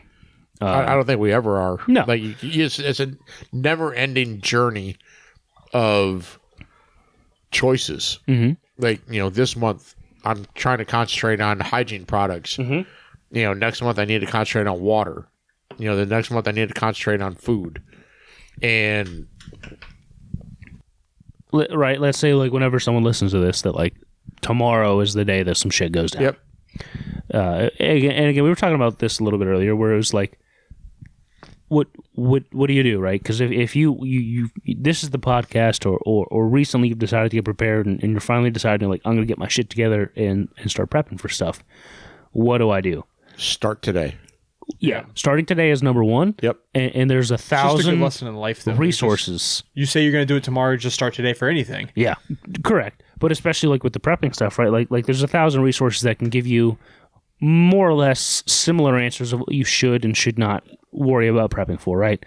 And this right now is probably not going to give you all the basic stuff, because most of it is pretty basic. Reach out to Big.Boy.Edc. They can help you. The mental preparedness part. Oh, yeah. Like I was saying, where it is like... That's a big one. At the end of the day, right? Like, me and Scott are big preppers, right? If we go on vacation and we're not near our stuff, in even on vacation, right? And this is something important, I think, to take away, is like, if you are leaving, minus probably leaving the country, you should bring some shit with you. Yeah. It might be tedious or pain in the ass to bring some extra shit with you, but it's... If something does happen and you're not home, when I'm traveling, whether it be in my own car or probably sometimes when I'm flying, I carry a small med kit just in my backpack. Yeah, but look, med kit, bring some extra water, bring a water filter, bring stuff like that. But if you don't have that stuff, or even if you do, and some shit like really hits the fan, and you're not at home, what's the solution, right? Like, you have to mentally prepare, I think, to... Because you can totally edit all this out. You want to just pause for a second? Yeah, we can. Till it comes back? All right. Yep. Crack this beer real quick. So it's a good way to bring us back in. That's right. Sploosh. The Blue Mountains. The mountains are... But I'm also not trying to drink as much in 2024. So... See? That's fine. So Timmy... It makes me feel better when... I don't drink. But you're not a big drinker anyways. No, I'm not. So it makes life a lot easier. Like, you're allowed to do what you want to do. Yeah. That not everyone does. Yeah. That's fair. Good for you. Yeah, it makes for me it makes life easier not drinking. Okay. If I feel better during the day. If I had the options you had, I probably would drink very little. Cocaine, people. Lots and lots of cocaine. Whoa. Not quite. It's a fucking joke, Burns. Ha ha. All right, but to dive headfirst into kind of what I was talking about earlier. Yeah. Right? So... and we're back. No, we were back the whole time. You didn't have to do that. Oh, okay. Chicken fucker. Damn it. No. GBRS does that. That's how they, knowledge transfer. No, so it's a loud popping noise. Yeah, it's to synchronize the mics. Yeah. I know. There you go. But Dickhead. We're synchronized. But right, so like I was saying, like, no matter how prepared you are, right? Like Scott and I are prepared, right? If you're not in the area, obviously you can have some stuff. If you're like me, you can try to have some stuff to be prepped if you're on vacation or whatever else. But at the end of the day, whether you decide today or tomorrow that you're like, I'm going to finally get prepared, or you are prepped and you just don't have that stuff with you because of wherever you are or what you're doing, because sometimes it's just the situation you're in. Like, you need to have a mental mindset to procure what you need to survive. And I think that's a conversation or like That's a pill. a tough one. I think that's a pill a lot of people don't want to swallow, which is like, well, it depends on how bad the disaster is. but we'll just say full on, like, say shit hits the fan, whether that be EMP or it's like, hey, like civil collapse, doesn't matter what it is, People right? are protecting themselves before they're protecting you. You have to also fend for yourself. People are like, Summer oh, Love 2024, baby. Let's like, go. yeah, like we'll say like people are under the understanding like, oh, I need to go run to the grocery store, but people are looting at this point because everyone realizes like, oh, either we're getting invaded, something, Which has happened in big cities. Yeah. Shit hits the fan and the Target gets looted. 100%, right? And then we're talking about this, Fucking Target but for this some could reason. expand like the whole country, the whole world, and All the Targets. but you need to be mentally prepared. One, to know what it is that you need to obtain, right? Like, what is it that's going to be helpful, which is somewhat tied into to information collection as to what's going on. But then, No Oreos, no ho-hos. no, I'm still grabbing Oreos. You're dog. unbelievable. You're okay. you're impossible beef. If Know that. if I have a free hand and I have a choice of You're definitely getting ho-hos? no between a egging the small person next to me and canister taking their of stuff. antibiotics Uh-huh. or a thing of double stuffed Oreos, Oh, dude, Oreos. you boys getting Oreos. Oreos every time. That's not even a question. Do you not know me? Yeah, we're getting Oreos. hey, tying back Getting Oreos and pizza bites. and tying back to the whole morale boosting. Now, I tell you what, double that stuffed is Oreos a boost. phenomenal barter item, if I've ever heard of Ain't one. no Hey, bartering. It is a sleeve of fucking Oreos. You'll know You've got, that I you've got want. that pack of 9 mil. I'll Hey, if you got that small case of Bro, have you ever seen the right Oreos? You see a crackhead want 9mm ammo? Nope, he wants some fucking Oreos. I tell you what though, He wants that sugar rush. if I come up to someone, this applies to anyone listening to this. If I come up to you and you've got Oreos. and I'm willing to trade Oreos for it, you could probably rip me off because I Yeah. really want what you have because I'm willing to trade Oreos for Hey, it. you're gonna give up some booze, some ammo, I would probably even some fucking beef. You gotta have some good shit, Yeah. or I really want it for me to trade my goddamn Oreos for it. So, like our Marine Corps brethren, you never give up the jalapeno cheese. Facts. That's not That's a non-negotiable. agreed. Never give up the jalapeno. Good thing I have that. there you go. I do. Absolutely. I'd like to try that one day. That is menu A of the MRE package. Fun. Maybe one day we can all. Do a taste test. Yeah, So we can need do to that. go camping and do a taste test. We need to go camping I agree. better than we did So, last time. but- But we can bring go through. fire We can starter. go through box B of the MREs and we can go taste test shit. Let's keep Sorry, it on track so- with the so- mindset thing there real quick. The gotta mindset, finish I it guess, out. of mentally preparing for like, if you don't have what you need to survive, You have to be ready to get it. yeah, whether that be violence Or that Oreos. be stealing, or Oreos, sorry, but whatever it is, like Trading is a legit thing. it is. But at the beginning, trading's probably not going to happen, right? Yeah. Now maybe cash might have a little bit of power for a small period of time. Very small. And I think Sean Ryan does he made a good point about when he talks about he has a Rolex, right? He has a Rolex because he's like, if he's It's known around the world, yeah. no matter where he is in the world, even if they're like, I don't give a fuck that you have $1 million American dollars, that doesn't help me where I am. Oh, there's a Rolex. They know what that means. Your Rolex Omega is going to get you a plane. Right? Yeah. And even people in an apocalyptic situation might be like, oh, that might be worth something. It's probably worth more than this piece of paper that says 100 on it, right? But so yeah, there is some validity to the whole trading thing. But I think at the beginning, the beginning of shit going down, is where you need to have that mental mindset of like, People are coming for me. I need to stand my ground and get what I need. you need to have the type A competitive fucking it's win or nothing. There is no losing. It is winning or nothing. Yeah. Like you have to be willing to do anything and everything. It is only about you and what you want. There is no fucking we. It is what I want for me and my family, my friends, whoever I've decided Your community. is important. Yeah. And everyone else can go fuck themselves. I will kill anyone else that stands in my way of obtaining what I have determined is important for us. Survival is not an individual sport. Yeah. Survival is a team sport. And if you don't have a community already... like, You're behind whether it. it be like an actual prepper community or just a good set of buddies you can rely on. Just good friends. I'm just talking, like, if you don't have close relationships... You're behind the 8 ball. With people already, you're way behind the 8 ball. Because if they don't trust you when the chips are down... You're going to be pushed out into the cold. Which there's a lot of people, we were talking about this earlier, a lot of people that just don't know their neighbors. Correct. And the people around them, and that makes and if a your bad friends, situation almost any time. If your friends, family, neighbors don't trust you in a basic situation, when They're you're not talking about trust you when the survival, chips are down. fuck no. Yeah. And again, like the whole like doing what it comes to like to take care of people, like I mean that really does apply. Like anything goes. Yep.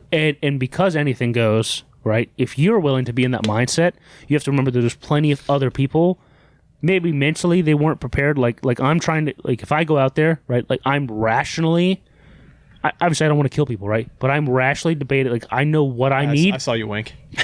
No, but like I know what I need, and I'm going for very specific items. Other people may not be there, and they're in a desperation thought versus where I'm at as, like, I'm trying to prepare for, I'm a prepper, right? I'm in a bad situation. I didn't have what I need, so I'm basically trying to start my preps again. Versus I'm in desperation because I've never been prepared, and I have no idea, so I'm just grasping at anything I can. Do you guys grow a garden? Not yet. Well, yeah, neither one of us do. But the last point I'll make was, right, or I guess make my point, which is I'm going out there with the purpose of trying to have, I already have the mindset of like, I know that I just need to basically make my preps again, but in a different area because I don't have them.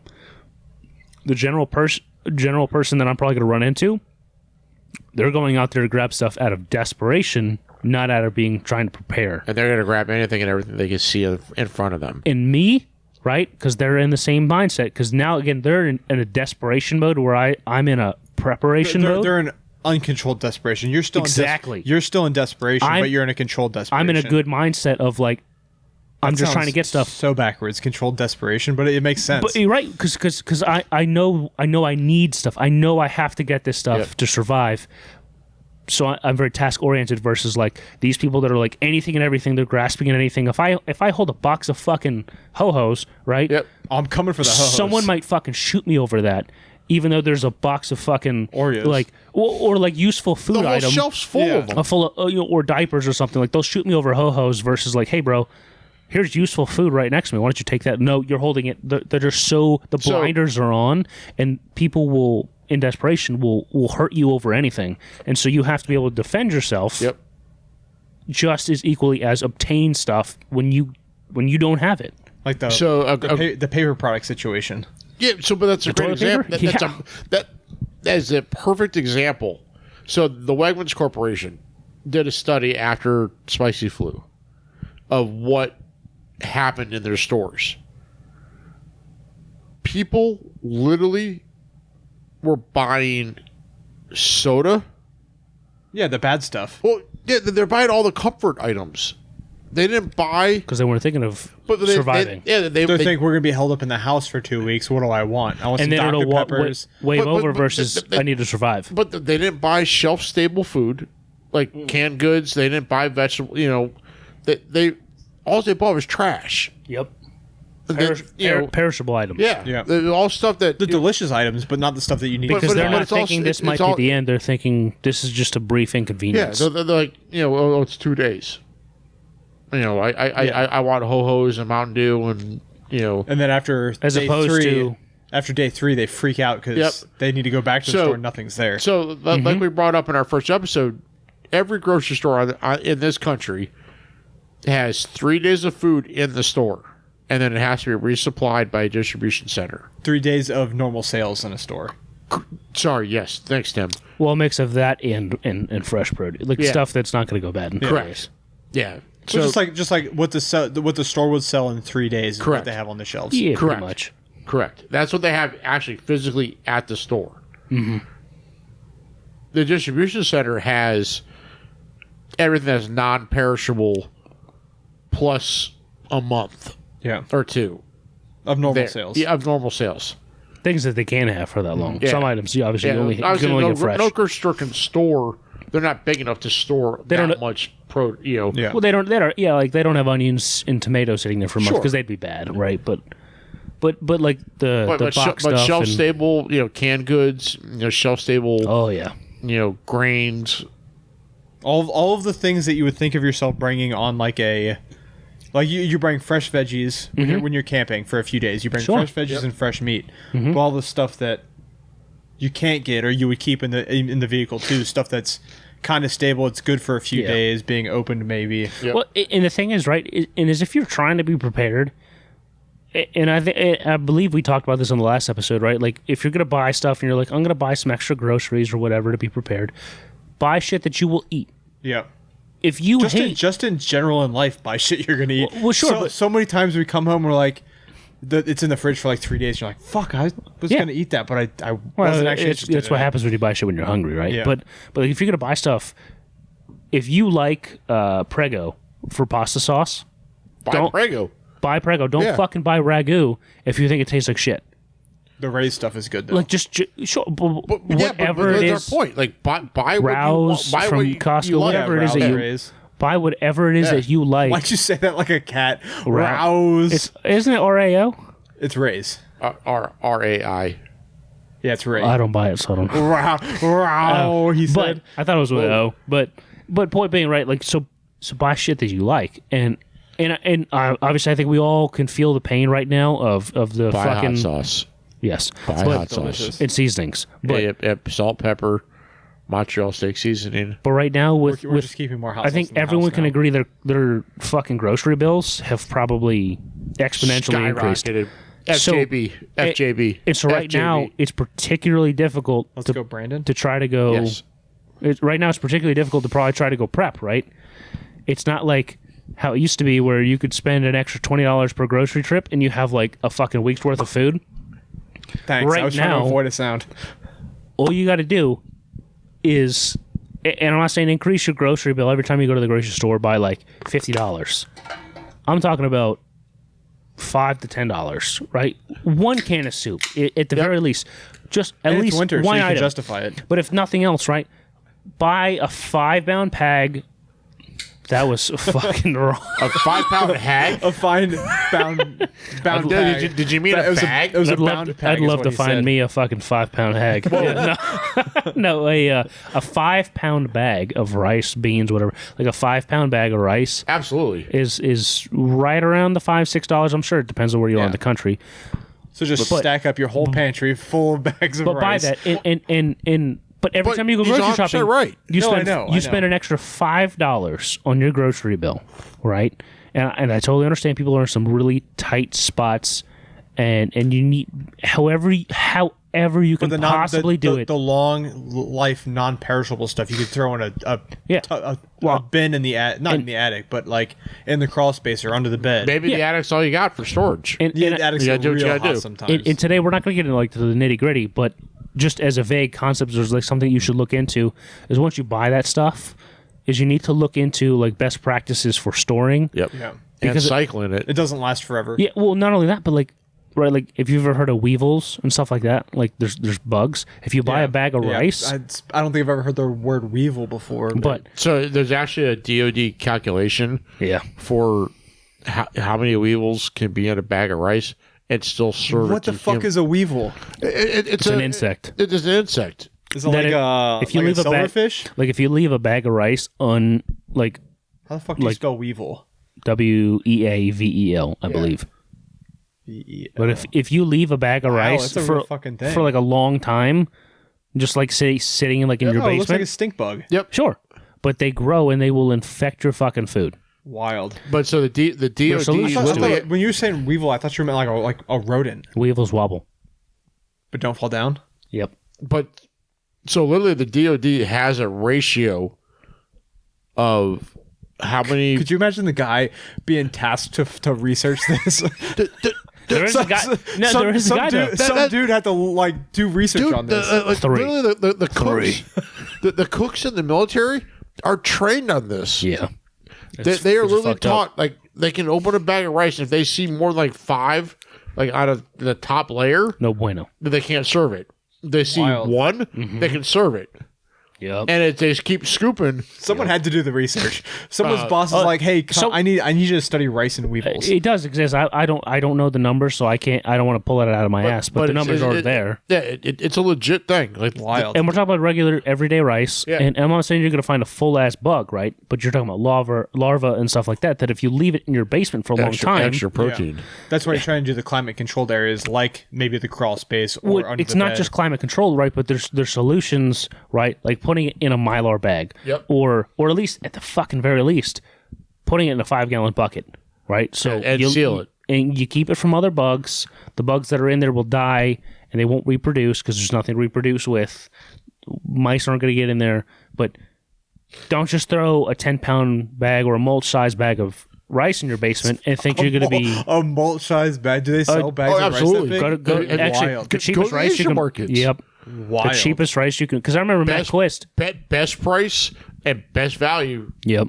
Go to Lottie or one of the Asian markets. Any of the Asian markets. Phenomenal. Matt used to bust my balls because I told him, and I thought I was getting a good price when I first got a Costco membership. Yep. And I was like, oh man, I can get like a mulch-sized bag of rice at Costco.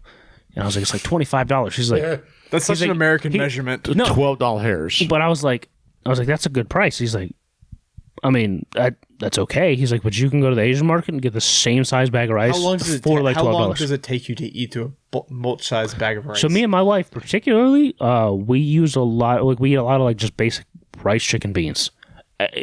We flavor it right, and in terms of like calorie watching and stuff like that, it's pretty easy to do. But we go through a fuck ton of white rice. I would say we go through like a 5-pound bag a week ish, maybe 2 weeks. That's a lot of fucking rice. That is a lot of rice. We go through It's probably 2 weeks. 5 pounds? It's probably 2 weeks. Once a month we go through. Good God. I could be wrong. This is totally a lot. That's a lot of rice. Actually, you know what? Carbohydrates are bad. Now that I think about it, carnivores. Do the base of the food? No, it's probably like a pound. It's probably a pound in 2 weeks. Now that I think about it, because I just thought about the size of our rice container. A pound is like this big, and you're like another phone. No, yeah, you're right. Now that I think about it, because we have a rice cooker, and it cooks 3 cups max at a time. Yeah, we do a cup. We probably go through like 9 cups in 2 weeks. Y'all are smart. Okay. We do eat a lot of rice. So a cup of rice and a cup of water makes the perfect rice. A rice cooker makes the perfect rice. Well, yeah. So you put a cup of rice in the rice maker and a cup of water in the rice maker. Now you want to know what the solution is? With 3/4 cup of water to 1 cup of rice. And if my fellow rice cookers could confirm with me, that sounds like slang. Rooftop Koreans, what's up? Well, there's a lot of cultures that eat rice, so anybody that cooks rice without a rice cooker, I don't know what you're trying to go with. Yeah, if you're just using a pot to cook rice, whether you're using a rice cooker. No. The water to rice ratio is your first knuckle. You go to halfway. Correct. Put your finger in the water. That's what she said. Serious. Try it. Always try it. Less water, more rice. Rice goes all the way up your knuckle. And then No, halfway. Halfway. And the water for the water. At most to your knuckle, but you should be about halfway. And then you just put on the heater till it boils. As soon as it turns to boil, put it to simmer, put the lid on, and fucking leave it there. It's what a rice cooker does. Probably 20-25 minutes. You could check on it, but just a super quick check. And if it looks moist, put the lid back on for another 5-10 minutes. You just use Uncle Ben's 90-second rice in the microwave. Those are delicious. That's great if you have a microwave. Do you not have a microwave? No, I do, but I don't know. I was just trying to tie it. Well, you can also just not use a microwave with that. You can probably put the Ben's 90-second thing in a pot of boiling water. You can actually open it up and dump it in. Actually, you know what? That's a good thing. Maybe we should try that sometime. We should. Just to test out, like Uncle's been like... You can also eat it cold. There's nothing saying you can't eat it cold. It's not delicious. That's rough. So, if you've ever talked to or looked into the whole through hiking thing, the concept of, if you ever heard cold soaking... Oh. Obviously, it's not ideal, right? But we're talking about these are like the ultralight guys that are like trying to go through on like... I'm tracking where you're going. Like 14, 15-pound packs. So they're not carrying any burners. They don't want to carry anything to heat up their food. So they take usually like an old peanut butter jar or something like that, because it's super light. It's plastic, and maybe 2 hours before they're like they usually stop for the night. They put the rice, beans, whatever the fuck it is, in that jar with water. No, bro, they just fucking pour the water in there. They screw in the lid and they throw it in their pack. And so it can shake it up. Yeah, just so it can soak, so it can cold soak. And then instead of if it was boiling water, maybe it takes 15 minutes to cook that stuff. But it cold might take 2 hours. So about 2 hours. It depends, right, on the food, but. Before they're going to stop for the night. God, that sounds rough. Could you imagine hiking for cold water in there 15 miles a day and just eat cold, soggy food? It sounds bad, but what I will say... It's got plenty of nutrients. Is I know, and I'm sure, I know at the very least, I know Scott can relate to this, and I'm sure you probably can to an extent, right? Right at night, at the firehouse, you're about to eat dinner. Plate just got made. This happened to me last night. Yep.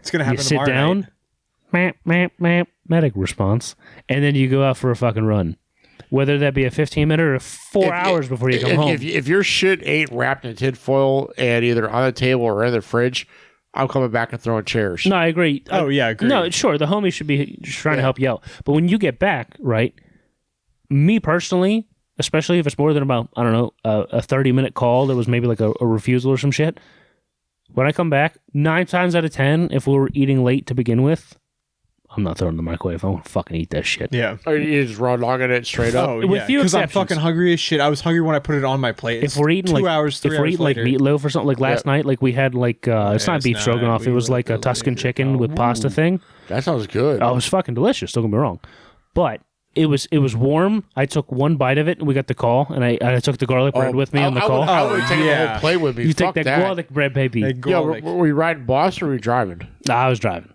but so I brought the garlic bread with me though. Hey, men. Me and Joe got back probably like 2 hours later, and I was like, I'm gonna take the tinfoil off, and I'm gonna fucking house this shit. It was probably delicious. So we started eating. We usually eat around 6 o'clock. Last night was like a late night. We were eating probably like we were gonna eat right around 7:30. It was a late night. But then we got the call. Yep. So me and Joe probably ate close to 9 o'clock. Ooh. And I was like, I'm fucking hungry. I haven't eaten since probably about 11:45. Did they leave it on the table or did they put it in the fridge? They put tinfoil over it, and they had like the extras tinfoiled up and shit. But it was up, so it was on the table. Yeah, it was on the table. It was in the fridge. So we're talking room temperature. Yeah, not refrigerated. Oh, room temperature. I would have housed it. Yeah, too. room temperature is better. Yeah, exactly. Absolutely. I would have housed it. See, you fuck. With few exceptions. Yep. Because it gets like congealed or something. Yep. Even then, sometimes I don't care. It just adds hot sauce. I'm scarfing it the fuck down. I'll do a Chipotle too. The only reason I didn't scarf it down earlier. No. You don't eat the whole bowl of Chipotle. You put it in the car for a little bit. I do. If you're driving somewhere. What is wrong with you? Later. I do that at work all the time. You can't eat a whole bowl of Chipotle? No, I don't eat a whole bowl of Chipotle. Oh, I do. I eat half of it. Oh, fucking pussy. Double carne asada, baby. Dude, but then you get the side tortilla? Them torts? Wow. Daddy's got that meat. Well, usually I make the burrito and eat it. It's just a tortilla. It's not another full dish on the side. It's just the tortilla. And I take the bowl and I put it in the tortilla. So I had Chipotle for the first time in probably 9 years. Uncultured. Wow. It's not that great. A couple weeks ago, and I'll go Cava over Chipotle. I had double carne asada. It's expensive. It was worth it. It was delicious. It is. Cava, dude, which for the longest time... Cava, dude, is so fucking good, dude. Oh, my God, dude. Wow. When did we become Valley Girls? The way you said dude, I'm like, hell yeah. And I was not a big Cava guy for a long time. Uh-huh. Finally, I caved and I tried it, and I was like, oh, this is actually pretty good. And I had only gone when I was at the firehouse. Because when you're not at the firehouse, it's so much better. No, not financially. So not financially correct. You are correct. I didn't realize because I mean exclusively only got it with your discount for like a couple years. I'd only bought it off. The only time because I don't live near one. I would only go when I was at the firehouse. I went for the first time a couple months ago when I was getting off work at like 6:00 p.m. and I went there, and instead of like the usual like $8. Because it was whatever. I don't know what the exact discount is. It's like $7 or $8. $22. $17 fucking dollars. Yeah, it's because they make you pay for the drink. I didn't. And the fucking drink's like $3.50. And the sauces. Timothy, I didn't get a drink. I didn't get pita chips. So- I didn't get side. I got the bowl. Let me say this because You got a big old fat bowl of tzatziki sauce. Is What I you will got. say, I Yes, Father. did get double meat. I get the meatballs So I and the will Did you chicken. say- get the falafel balls? No, I get the meatballs and the chicken. hey, the Or meatballs. did you get the falafel? Negative. Falafel's okay, but I get the meatballs. The meatballs. The spicy lamb Maybe meatballs. Lamb balls? Yeah, Yeah. the lamb meatballs and the regular chicken, not the honey chicken, because they cost extra. Well, you just paid $20 for a freaking You fucking telling me? kava bowl. Not at the Tick House.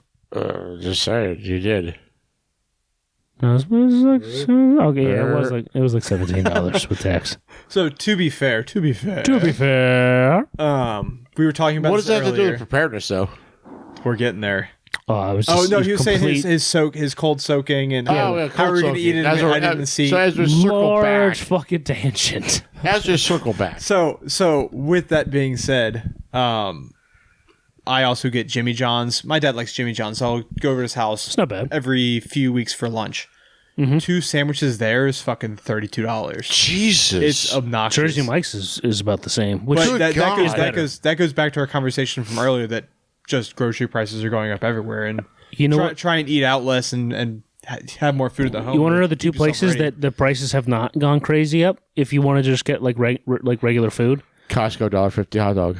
there's that. That was actually, do no, that. no, that was 100% one of them. Yes. Which is Score for birds. because like, well, I'm not going to get into the details, but yeah, that is a good price. And then number two, which I guess I never really ordered one until the first time about 3 weeks ago because Erica got one, which is a Wegman sandwich. I've had them before. Oh, they're good. Because we oh have, yeah, they're very good. we get the high catering, quality, right? We get the Yeah. catering, the leftover catering all the time at the firehouse, and it's like soggy bread, and it's like a little bit of limp lettuce, a single slice of meat, and that's it. And so the sandwiches have never impressed Limp me. lettuce does not sound good. Wilted sounds much better. But it was Limp their it's always been catering. It's that shredded shit. Oh, that, I know. when Yeah. It dries out. But yeah. yeah, it's still but- wilted at that point. but again, it's just This is limp this lettuce is doesn't sound good. leftovers, hours and hours Oh, yeah. leftovers. And, Yeah, someone's got catering for lunch, and and they're it's like, whatever "Ah, they didn't eat, right? Not the good stuff. And they don't include the sides 9 times out of 10, like the sauces and stuff. Erica wanted to go really bad when we were at Wegmans the other day, and I was like, we didn't go to breakfast, and I told her we'd go to breakfast, so we compromised, and I was like, all right, cool. While we're here, we'll just get lunch. I got a sandwich. Holy fuck. It's pretty good. And I am a slut for a good sandwich. Oh yeah. I'm a slut for a good slice of and pizza. and for $8, for like a pretty large fucking And sandwich. you get a bag of chips. Yeah. Yeah. And I was like, this is a fucking great sandwich Yeah. with a lot of options. And I was like, this is like $8. Their Ready Bar used to be good too. Their hot bar. Well, yeah. if you want to pay $15.99 a pound, It's a little price. I think it's like $9 a pound now. negative Ghost Rider, it is $17.99 a pound. Damn. I don't want to say you're wrong. I just don't remember seeing that. But I was just in there for an inspection. It's $17.99 a pound. side note to that, just a quick thing. When I brought my Hungarian grandfather to Wegmans, this is probably about 8-9 years ago now. Did he say it was heaven? What it was about $8 a pound? No. So what he didn't understand He is went ham. no. He saw the price of $7.99 a pound. He didn't see the /pound part. Oh So shit! he- So he thought it was like an all-you-can-eat buffet. He loaded that bitch up. He thought it was whatever you want for $8. Oh, And so my man went ham on the Welcome to Chinese Golden food and the Corral. spring rolls and soup. never get the rice. Oh, and you can't put soup back. Yeah. You can't Nope. put anything back. I think the total cost, and again, this is like 9 years ago, was like $32 for his plate. Damn. And he wasn't. Damn. He couldn't put it back. Yeah. Got 4 pounds. He sure fucking ate it, but that was 4 pounds is a lot of Which food. fun fact, I learned this the other day from my lieutenant. Taught me a fun thing I never thought about. Lieutenant Dan. No, when you get a salad, like at those salad bars and stuff, Yeah. he's like, if you're not gonna eat it there, he's like, just use salad dressing at home. Saves you a bunch of weight. It does. Fucking never thought of that. Bro, you always have to be thinking. Use. I tried, but that always kind of escaped me. I never thought about it. 'Cause Yeah. it's like, in my head, I'm like, I'm here. Well, you The also dressing's don't- here. I have to get the dressing here. So if you put dressing on salad before you're ready to eat it, it also goes bad faster. But it also adds weight. Yes, but it also goes bad faster. but the weight is astronomically Yeah, well- different. Wegmans does everything by weight. But sorry. Anyway, back to our main point of not Wegmans food, which is delicious. Holy smokes! Sideshow. Wegmans is good. Wegmans is good. Food is good. Honestly, I think we're hungry.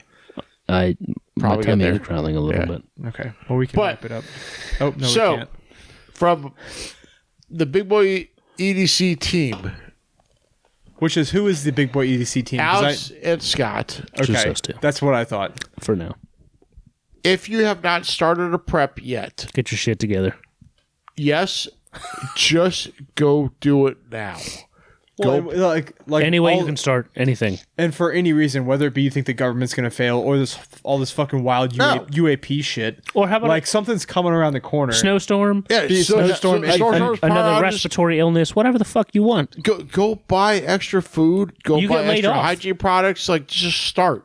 You could get laid off tomorrow. Because especially the IT industry, Yeah. I'm sure a lot of people are familiar with. A lot of people in the IT industry right now are getting fucking laid off. Yeah, like crazy. Cool. So, especially you IT nerds, you make a lot of fucking money. Why don't you allocate a little bit of that towards prepping for, I don't know, getting laid off? So, why don't you prep a little extra food? Stop by Teslas. So, until you can find another job, you got some food so your kids don't fucking starve. Yeah, So, you don't have to whore yourself out on the streets. just start now. Start hoarding yourself on the streets now. I mean, that's fine too. You got to do what you got to do. I ain't talking shit, but for once. Start your prep. Just start now. Like if you've ever questioned it, just start now. And we said this earlier, it is becoming more and more common. You're going to ask around your office wherever you work, and I guarantee someone's starting to think about having a little extra food in the house. Exactly. What would be? We don't have to end here, but just a question. Tim, top 3 things. If tomorrow I'm like, hey, like you need to start prepping. What are the top 3 things, items? It can be as vague as you want that you're going to start prepping on. That you're going to try to have enough of. Canned food. Okay. Cartons of cigarettes. Bartering. Okay. Yeah, cartons of cigarettes for bartering. Cigarettes. But no, Jerry, have you seen my cigarettes? not a bad idea. Yeah, They go for Not a a lot. bad idea at all. you vacuum pack a carton of cigarettes. Fuck yeah. Nicotine addicts will do a lot for that. Do whatever you want for that. People that don't smoke, when shit goes down, will start smoking. Yeah. So, but okay. And what's your last item? Probably It could be battery. big. It's like batteries, so maybe I could run my well because my well has a ton of water in it. So some kind of power source. Yeah. Of some sort. All right. So some way to power my well because that's really the only completely necessary thing that I need in my house is water. To get yourself water. I have the running creek next to the house, which works. But to pump the water to the To house. pump the water to yeah. the house through a filtration system. Which is, it's all in one system. If you can power that, Yeah. Yep. that's very beneficial. No, that's good. What do you got, Scott? So my top 3 items would probably be liquor and predominantly clear liquor, so I can use that for sterilizing Okay. and cleaning wounds. I do keep clear tequila in my hiking bag for sterilizing That's wounds. foul, but fair. Also for drinking because I'm a tequila drinker. Tequila sucks. Tequila's awesome. The other one would probably be You can keep it super vague. well, no. So it's not that. It's Like water. Well, so like I mean, water, clean water, and the ability to make clean water is super important. So, whether that's like a hand pump or charcoal filter or whatever you got, that's really important. And then probably the third one would be probably portable heat sources. And like solar panels, like having Yeah. the ability to recharge, because one of the biggest advantages right now for people to have is the abundance of battery packs, Yeah. whether it's small portable things or large, Which in the off-road areas, that's Very another. much so. It's very popular. yeah, very much so. Jackeries. And I use my Milwaukee Blue batteries. Eddies, all that stuff. That's a really good product, and the ability to be able to recharge those battery banks Super helpful. is super crucial. Yeah. So having solar panels, whether it takes 5 days, you still at least have a way to recharge them. Yeah. And so the Jackery makes solar panels too, where you can charge your Jackery boxes. Yeah, exactly. And you can run weeks on it, months, years on end off that setup. Not to push Costco, but Costco has a phenomenal deal on a Jackery package. Well, right? And you know, currently. Which that blew my mind when I was at Overland Expo, is all the people running off of solar. Yep. Like, it's not solar vehicles, obviously. Sure. It's solar, just solar power. Yeah, it blew my mind. All the solar panels and Jackery packs. Well, and to tie this to like off-roading, we have to do that somehow. But to your number 2, right, of power, is, I'm sure in the off-road community we're all familiar with, if you have the choice, right, if you could have battery-operated tools, like an impact wrench, or manually using shit, I know what I'm fucking picking every day of the week. Okay. So if I have the option to use the electric ratchet versus manual, amen. your boy's using fucking electric. Hey, guess what you can use? And you save so much time in your time to recharge the batteries. Solar. Yeah. Yep. And having free time, that frees you up to do so much shit, and your time is worth more than any dollar amount you can think of because of the amount of stuff you can do with your time. Yeah. So what's your number 3? I thought that was my number 3 already. What's the first time? Okay. I'm not What? gonna do it. You said water. Water stuff? Yeah, water filtration, and then I said having battery power. And That's 2. That's 2. He doesn't have a third. Alex, go ahead. Yeah, go ahead, skip me. Okay. Your turn. Shit. Wasn't prepared. Ah! Get up this preparedness. Probably water purification stuff is one. General food of any variety, because obviously you can eat it and you can partner with it, because there's probably plenty of people that don't have food. And then lastly, which to be honest is actually my number 1, which is ammo, self-defense. Oh, yeah. Yeah, it's on my list. Because either it helps protect my preps, or if I'm in a situation where I don't have my stuff, that's the word we were talking about earlier about mentally preparing of, this is how I take what you have and make it because mine. Because I don't want to have to do that. But if it comes down to me or you, I know most everybody else is probably in that mindset, so they'll happily take my shit. So if I don't have stuff and I need to protect myself and my family, I'm taking your shit, bro. I'm sorry. And I'm going to prey on people that I can, from what I can tell, don't have defense options. They don't have options. I'm going to go find a liberal neighborhood. And I'm going to go I'm going to fucking be like Santa Claus. Country Club, here we come. I'm going to be the anti-Santa, and I'm going to take your shit. The Grinch. The anti-Santa is the Grinch. All right, well, I'm going to be the Grinch. Fucking Merry Christmas. I'm taking your shit. Well, on that note. You got a last one yet? Did you figure out something? No, I Guns, just Glocks, copy. Glocks. Glocks. All Glocks. Glocks and cocks. Yeah. Oh, wow. All right. Hell yeah, brother. Yeah, brother. Oh, boy. On that note, thank you guys for being back on again. It was a lot of fun. I love talking to you guys. I'm looking forward to one day. It's probably been a year. We need to have an organized podcast where we actually have like a topic instead of just rambling for 2 hours. That's fine. Rambling is fun. It is. So rambling podcasts are the podcasts that I listen to more than anything. Generally, they're comedians. Well, you like the people and the conversations they're having. Yeah. More necessarily than the material. Just like our listeners, because if they liked our material, then they'd be fucked.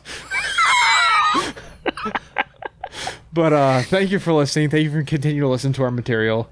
If you have episodes ideas, let me know, because I'm running out. And please check out Big.Boy.Edc, baby. Please check out Big.Boy.Edc. and DirtNerds Motors.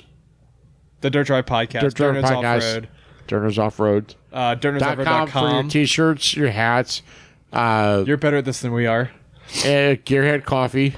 Yes, Gearhead Coffee. Oh, listen to the Sean Ryan show. Also, Rocktrix Wheels. Sean Ryan show. Shout out to Gearhead. Shout out to Gearhead Coffee. Gearhead Coffee. Delicious. The pecan coffee. Can you let me finish amazing. my shout out? I've mentioned it for you. Shout out to Gearhead Coffee because they're actually sponsoring us Sponsor. for Fucking the A right, baby. 24 hours of Appalachia. Absolutely. They're officially on as a sponsor. That's I'm still awesome. available as a backup. Yes. Unless my battalion Which we'll chief have- retires So- that day. We'll have to talk. Big.Boy.Edc is the rescue company. What when they get stuck? That's fine. It's our Let's do job. it. To I don't compel- think that's true, but that'd be cool. Well, So find us everywhere there. and all the socials: Instagram, Instagram, Facebook, Twitter. We don't do Twitter. Hashtag X. www.pornhub.com/dirtnerds. Whoa. / Go for it. If you want nerds. to see it, let us know. We'll do an OnlyFans. I'd love to know what you would. Only feet. I want to know what pops up if you type that in, though. Something pops up. What pops up if you type in Dirt Nerds there? Gross shit. Find Big Boy EDC everywhere. Actually, it's just Instagram, right? It's Big just Boy on EDC. Instagram. For now, we're gonna get a podcast soon. Soon. Yep. You guys have Most all the likely. equipment. Not all the equipment, but you know where. I sent you the links to the equipment. With the talent and the support from our industry partners. We're working on it. Yes. All right. Well, we appreciate you. The last part, we were pretty good. The last part was unhinged. Good Sorry. time, though. That makes it fun. I love you guys. Thank you for Love being you. such good friends all the time. I love Gucci. you to all of our listeners. And we are outie. Love you guys. I just want to celebrate.